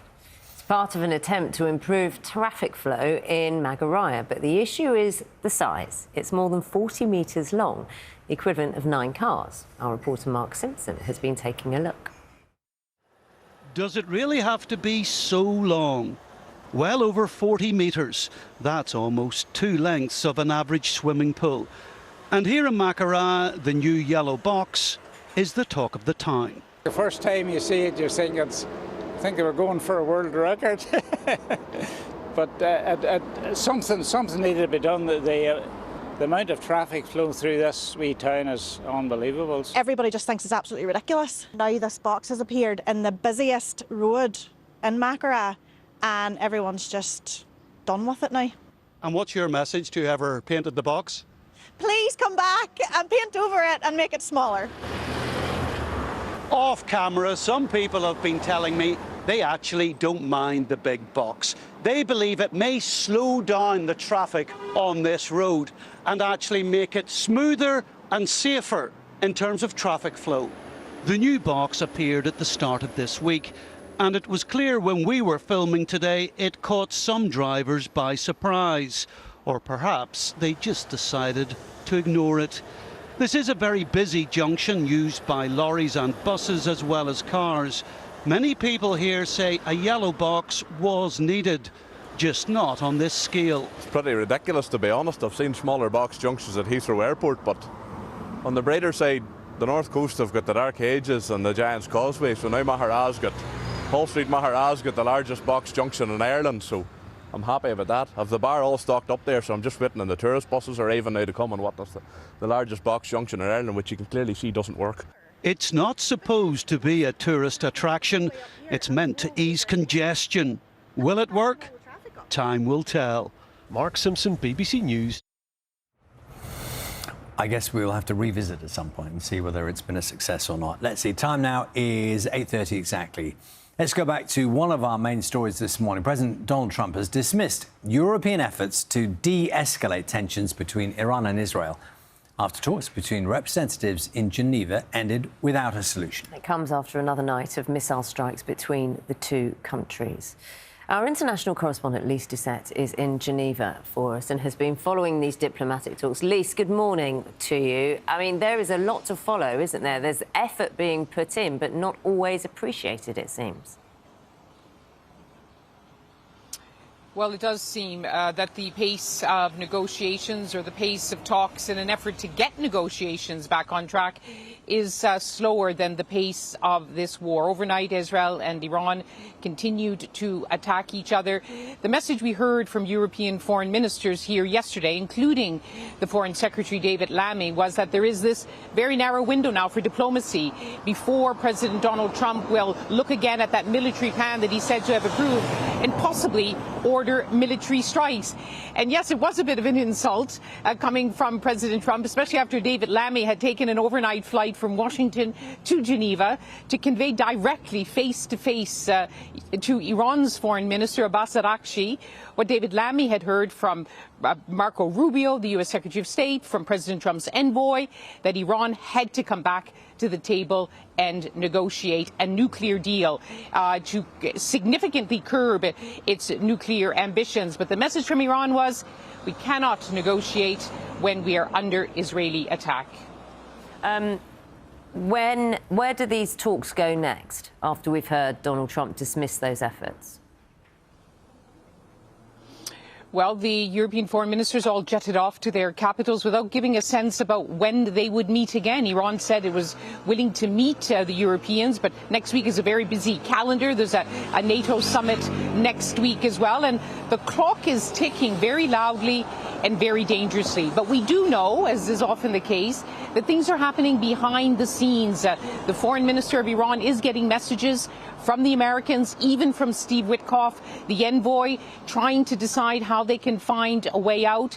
President Trump seems to give an impression that he really hasn't made that decision yet, that he would like to see a diplomatic solution. But the message from Israel is that diplomacy won't work. They need more time in order to keep attacking Iran's nuclear facilities, its nuclear scientists. And those attacks in Iran and in Israel are also killing a growing number of civilians. It's worth, Lise, just bringing us up to date on what has been happening overnight with those attacks from both sides.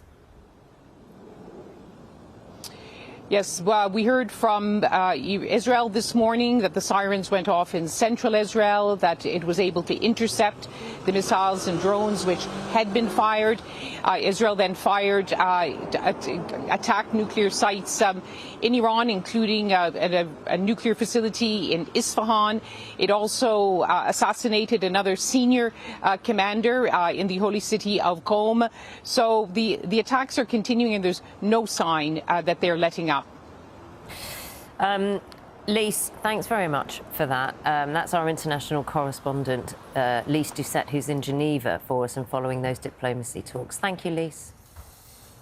Saturday morning, 8:33 is the time. Mike's joined us now on the surf. Where are you taking us? Well, we're going to go to Headingley at Leeds, where well, Ben Stokes and England will be hoping something changes, maybe a change in the atmosphere, the conditions, to try and enable them to get some wickets to help them fight back into the first test against India at Headingley, because everyone's saying actually now they made the wrong decision. When they won the toss, which you do before a test match, you toss a coin, and they decided to field first rather than bat. But apparently they saw something in the grass, a bit of greenness that meant, that meant maybe the bit of hope for bowlers when it's like that. They could see a bit of moisture in it, but it was really hot and humid and sweltering, wasn't it? And it really suited the batters. Pardon? Will be today. I think so, yes. They need something to change, don't they? Good morning. England's decision to put India into bat on the opening day of the Test series against India. Well, it certainly backfired on day one, because on that scorching day, the tourists said, thanks very much, and they made the most of the favourable batting conditions to completely dominate at Headingley. And so India will start day two on 359 for 3. Joe Wilson reports. If there's such a thing as the new Indian dream, Yashasvi Jaiswal has lived it. This is his first tour of England, but his skills and his courage are famous. This is the man who left home as a boy, aged 10, to pursue his cricket ambition in Mumbai. This is how he celebrated his 100 at Headingley. What you see there, a young life of extraordinary determination, and for hours, he was too good for England. Tea time score 215 for 2. England might have been pondering their decision to bowl first on a hot day. Still, regret gets you nowhere. Only wickets changed the game. Jaiswal gone. Ben Stokes was England's best bowler. But when Rishabh Pant did this, what can you do? Batting definitely in the Stokes style. Richly appreciated. in India. And what of their new captain? If Shubman Gill, the prince, suffered any self-doubt, it disappeared in the Yorkshire afternoon. India 359 for 3. Gill will resume 127 not out. You know, this series could become his stage. Joe Wilson, BBC News, Headingley. Next to rugby union, and head coach of the British and Irish Lions, Andy Farrell, says his team have got a lot to learn from their shock first defeat to Argentina in Dublin. It's also the first time they've lost their tour opener in over 50 years. So they were beaten 28 points to 24, Santiago Cordero's try for the Pumas, putting them ahead midway through the second half. That proved to be decisive. Farrell says he won't use as an excuse the fact, as some have said, that the Lions players haven't had enough time together. They'll certainly get a lot of time on the flight today to Australia to play some cards and to bond with, and analyse what happened, with 6 warm-up matches to come before the first test in just under a month's time. Now to tennis, and Wimbledon approaching, of course, in just over a week's time. It's all eyes on Jack Draper at Queen's, and the British #1 is through to the semi-finals there for the first time in his career. So his victory over the American Brandon Nakashima means Draper will be among the top 4 seeds at Wimbledon. That is crucial, he feels, to his chances at Wimbledon.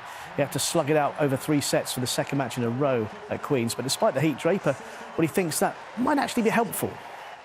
It's one thing playing great and feeling great and winning, but then when you're not and you're playing the best players in the world, that's where it gives you a lot of confidence, and that's where it matters really, when you have to dig deep and come through these matches, because when it does click, you know, like you said, it will feel so much better.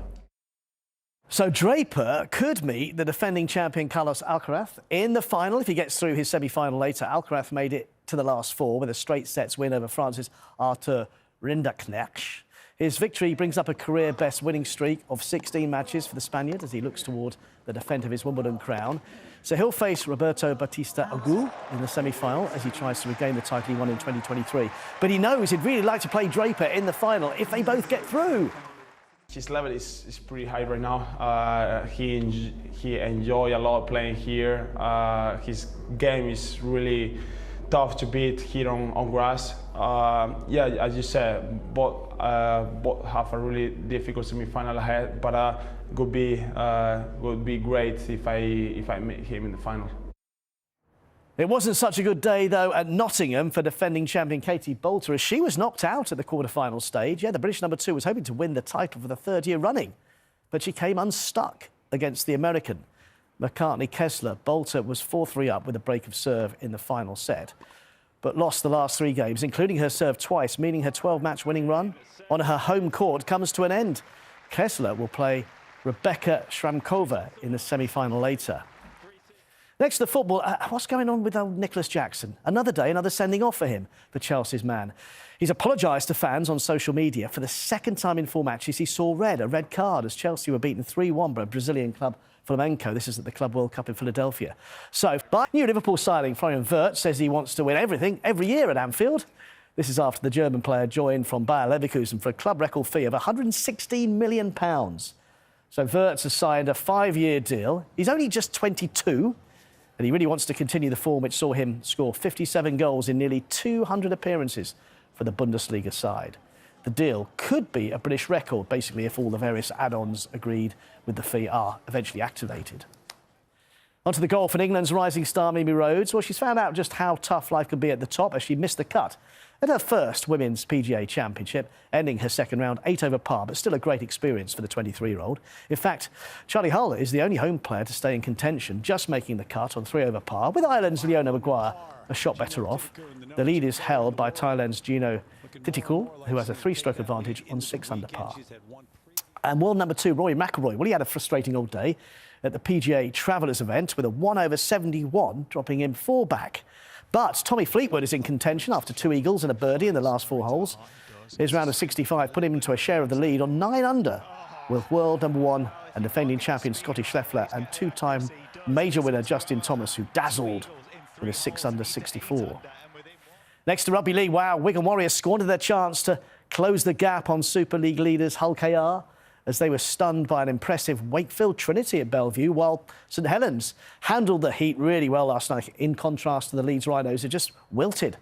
So Dion Cross and Tristan Saylor both scored a try, as did teenager Owen Dagnall, who crossed the line for the 2nd time this season, in an 18 points to 4 victory Leeds stay third in the table on 20 points after their first defeat in 6 games, while St Helens are 5th, 2 points behind. I've sat that back down because you've intrigued me with something you've spotted in the papers, I think. Oh, I'm sorry. It's not a slightly divergent thing. Well, it was in the papers today. It was saying that Rod Stewart, who is of course playing Glastonbury, yes, who is 80 years old. Wow. He's saying that he's big on his fitness. Yes, I know. Swimming is a big deal. Yeah. That he is saying that he's taken up running. He's got a 100-metre track at home. Well, that helps, I suppose, in training. Yeah, that helps. And he's got his 100-metre time down to 19 seconds. He's 80 years old. Wow. And he thinks he can get it down to 17 seconds, which he's putting out there. I'm not sure this is true or not. Would be a world record for an 80-year-old. 17 seconds. Sounds like it should. Sounds fast. Could be, wouldn't it? My goodness. That would be pretty impressive, What's your wouldn't it? fastest 100 metres? Never done it, Mike, so I don't know. Well, I've done 60 metres in a Grand Prix. It was that experiment we had a few years ago.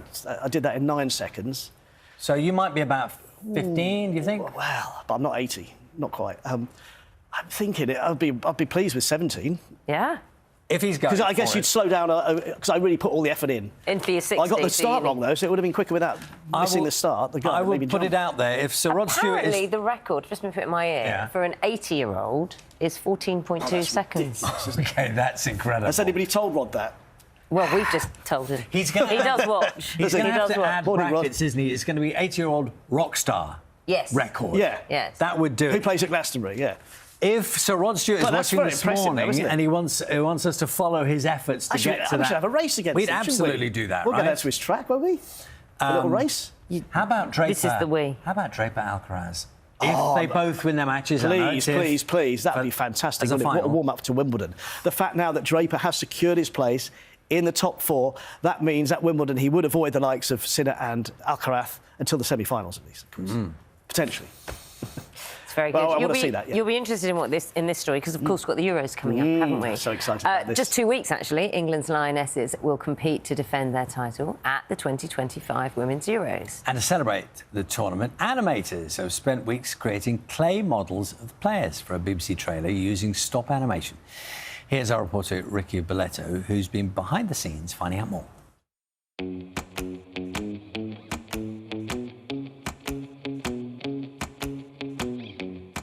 OK, so this is the stadium set, and you can see behind me they've built a miniature version, and there are tiny little figures in the stand. The detail is incredible, and they've got these stop-motion cameras to get really close to the action. It is pretty special. Today I've come to this studio in London to see how all of this comes together. The majority of the puppet is modelling clay or plasticine, which is great. It's very versatile. You know, you can sculpt it. There's a lot of sculpting on these puppets. And then we also use, they have like a metal skeleton, so we use aluminium wire. That's great for holding them up. It's kind of like the bones of the puppet.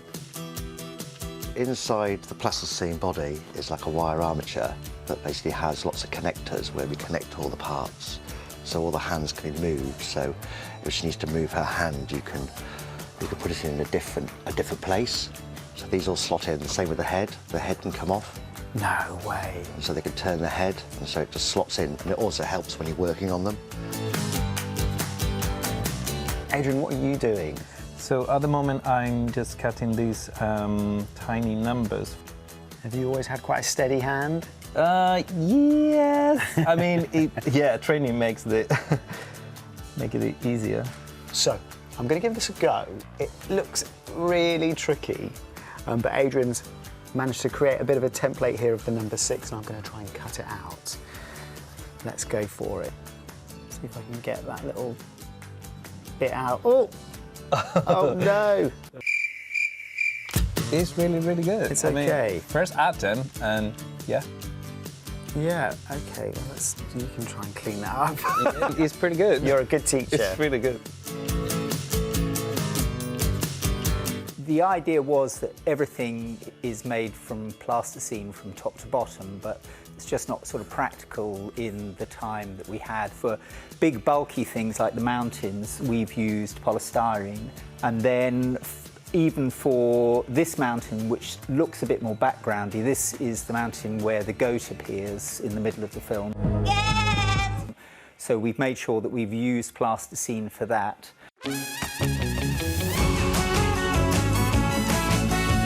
So this is going to be the end shot of the film, but what we've done to make sure that it looks perfect at the end, we've started at the end and we're actually shooting in reverse. So we're kind of incrementally destroying this, and then when we play it backwards, it will look like the whole mountain is just building upwards, and then it reveals the title at the end. Names will be made. It feels like magic, and to be able to bring life to something like every single day is, I think I've got the best job in the world. Well, when you see the final film in the Euros, presumably when we start seeing it, you'll have a sense of all the work that goes into it. It's fascinating. Ricky Bolletto, BBC Newsround presenter, really enjoyed that, seeing stuff like that. It's 13 minutes to 9. We've all welcomed some early sunshine this spring, as has one farm in Berkshire, which made the decision to diversify the land there due to the warming climate and create a vineyard. Our reporter Alexis Green visited them 5 years ago when they began planting and has been back to see how they're getting on. Georgie, Tom, Will, Sandra and Peter Carlisle decided half a decade ago to diversify their farm due to the warming climate. Today, it's not just the family that's grown. Their knowledge of owning a vineyard has also expanded. When you were last here, we walked up to the weather station that we had at the top of the field. It was all sort of touch and go as to sort of whether we were going to plant in this field or not. We wanted to make the most of the changing climate. It's getting warmer and warmer, and we have the perfect soil for growing grapes. The French climate is getting a lot warmer than where we currently are now. Soil-wise, we're exactly the same soil type as like the Champagne region. The general weather trend with our warming climate is that the winters will become warmer and wetter and the summers hotter and drier. 2 years ago, the vines were struggling because of a drought, and they'd only just been planted. Last year, they had to deal with really wet conditions. But so far this year, the spring sunshine and the recent rain has helped the vines grow. But frost in the UK is inevitable. We've had the frost fans on for about 6 or 7 nights in total, which causes sleepless nights. We have to check the temperature all the time. A couple of nights ago, we had minus 1.8 at the bottom and 4 or 5 degrees at the top. It's quite tricky to try and manage. There are 3 varieties of grape on this farm. One of them has been chosen specifically because it's more hardy, and that's been placed at the bottom of the field, where it's colder. The Sauvignon Blanc is way more frost hardy, and then the Pinot Noir and Bacchus up here, we don't struggle quite so much with the frost up at the top of the hill. We're stood at the moment in the Bacchus block, which is a still white wine. We got Pinot Noir, you can make a rosé, a red if the climate's really warm, I guess, and then we've got Sauvignon Blanc down the bottom. The weather is not the only thing that's been hard to deal with here at Rouse Farm. Farming life has been tough for many reasons. The last few years have been probably one of the trickiest on record. First of all, the prices have been absolutely shocking and rock bottom, so that puts loads of pressure on farmers, mentally and physically as well. I think the amount of subsidies we get from the government are dropping every year, and they say they're putting a lot of money into farming, but I think they're putting it into the wrong areas, and I think that's a huge thing for us and for every other farmer out there. We have diversified. Obviously, we've got the vineyard now. Whether we would expand it or not, I think obviously it's quite a big upfront investment. We're hoping every year that the yield will grow and grow with the age of the vines. Last year, yield-wise, we were looking about 12 tonne. This year, we're hoping for double that. And if it's a really good summer, it could be double again next year. We'll see. I think if all goes to plan, when the vineyard's in full production, we'll be, give or take, around 100 tonnes in total. And that equates to nearly 100,000 bottles of wine. Alexis Green reporting there. A lot of people talking about the weather this weekend because it's warm. I think we can show our cameras in Anglesey this morning. Well, it's such a beautiful place anyway. And Matt's going to cast his expert eye over the weather conditions that he's observing in that beautiful spot. What is it? 8:50 in the morning. How delightful. What a way to start the day, isn't it? What a place as well. Lovely there, fairly calm as well this morning. A bit more of a breeze there tomorrow, but you can just see overhead there's some cirrus clouds starting to thicken up. And if I take you to Northamptonshire, I mentioned earlier we've got some altocumulus clouds moving across the country. Here they are again, just in the skies above Corby. That is a sign that the atmosphere is destabilising, things are about to change, and when you see these sort of clouds, they sometimes run in advance of some thunderstorms. Now, the change could be welcome for some of you. It has been exceptionally hot across many areas, a little bit too hot for some of you, but if it has been, just watch what is about to happen over the next few days. The peak in the current heat wave is today. Temperatures across some eastern areas 30 to 32, 33, maybe a 34, but already a slight change in Northern Ireland, a comfortable warmth at 20 to 24 degrees. But notice how the cooler oranges and yellows start to push in as we go through into Monday, and these are the temperatures, a big drop down by 10 degrees for quite a few of you as we go into the start of next week. Then nights will at last start to become a little bit more manageable as well, but still some very warm ones to come over the next few days. Bringing about the change, area of low pressure to the north of us, that's going to move across and then open the door to Atlantic air, which will bring in occasional rain at times and also strengthening winds. Could get quite windy midweek. Now, before it arrives, still in the humid air, and here's where the first sign of those showers and storms are, down across the southwest, moving their way northwards and eastwards. A few big spot showers now from the altocumulus cloud I mentioned. They're going to drop those showers that now there's big raindrops on the ground, and then they gradually just disappear out of sight. So got to watch out for a few of them today. I'm not going to guarantee anyone a completely dry day. Probably driest of all down across some of these parts of southeast England, up into Scotland and Northern Ireland. Mist and fog here across eastern Scotland will gradually depart, but into the afternoon, as those showers drift away northwards, they could come pretty severe across northeast Wales, North Midlands, Northern England, southeast Scotland. This area here, we could see some torrential thunderstorms with it, some fairly sizable hail and some gusty, maybe damaging winds with a risk of flooding too. So keep an eye on the forecast, keep an eye on the skies as you go through the day. I've already mentioned the temperatures today, peaking in the south and the east, but a really humid day for all of us, just dropping when those showers come through. Into tonight, still some storms for a while. Northern England, southeast Scotland, then running up across these eastern coasts of Scotland. Maybe one or two just breaking out across some other eastern areas for a time, but then many places become dry, partly clear by the end of the night. A very humid night for all. Tomorrow, though, changes start to take a bit more abundance. More of a breeze coming in from the west to southwest. Sunny, reasonably sunny day to the south and east, although more cloud later, but showers could start to break out anywhere, but especially Scotland, Northern Ireland in the morning, into Northern England, North and West Wales through the afternoon. And your Sunday temperatures still maybe in heatwave territories in East Anglia, but feeling much fresher for the north and west. Back to you both. Thank you very much, Matt Sealer. A bit later. It is 7 minutes to 9. Now, staff at a factory in Norfolk discovered some uninvited co-workers this week, 80,000 bees. Worker bees. You could say the hive was found within the factory walls, and the question then came, how do you remove them? Our reporter Debbie Tubby has the story. This is a story with a sting in its tail. Since 1870, this factory, one of the largest of its kind in the world, has been making malted barley. But thousands of uninvited workers have just been discovered, and it's not barley they're producing, it's honey. We were putting some scaffolding up. The scaffolders recognised it was some bees flying in and out of the building, so we stopped, had a little look, and then we found what we believe to be a bit of a hive.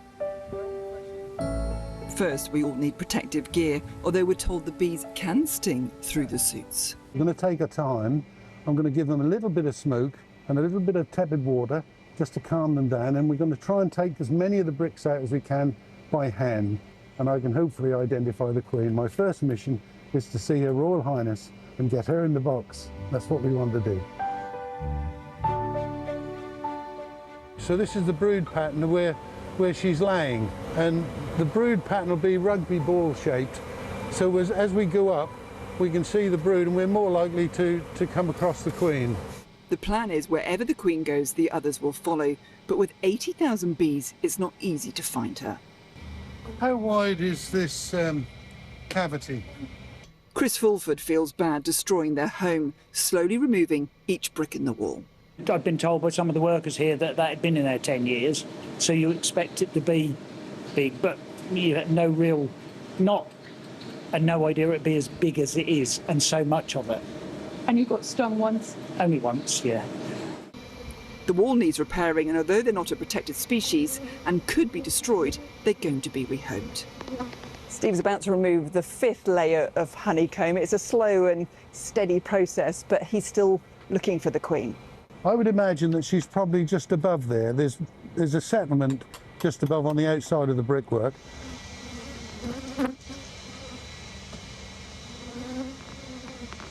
After searching all day, the Queen still hasn't been found, but the colony has been saved. This is the biggest I've ever dealt with. So it's really good size and very healthy too. They've managed to keep themselves healthy. It's a shame that they had to be moved, but the company need to do things with the building, and it's nice they've got me out to try and save them, so I'll do that. He'll give the bees a lift to their new home at Adnams Brewery in Suffolk, leaving the maltings in Norfolk, which has been a hive of activity. Debbie Tubby, BBC News. Time now is 8:56.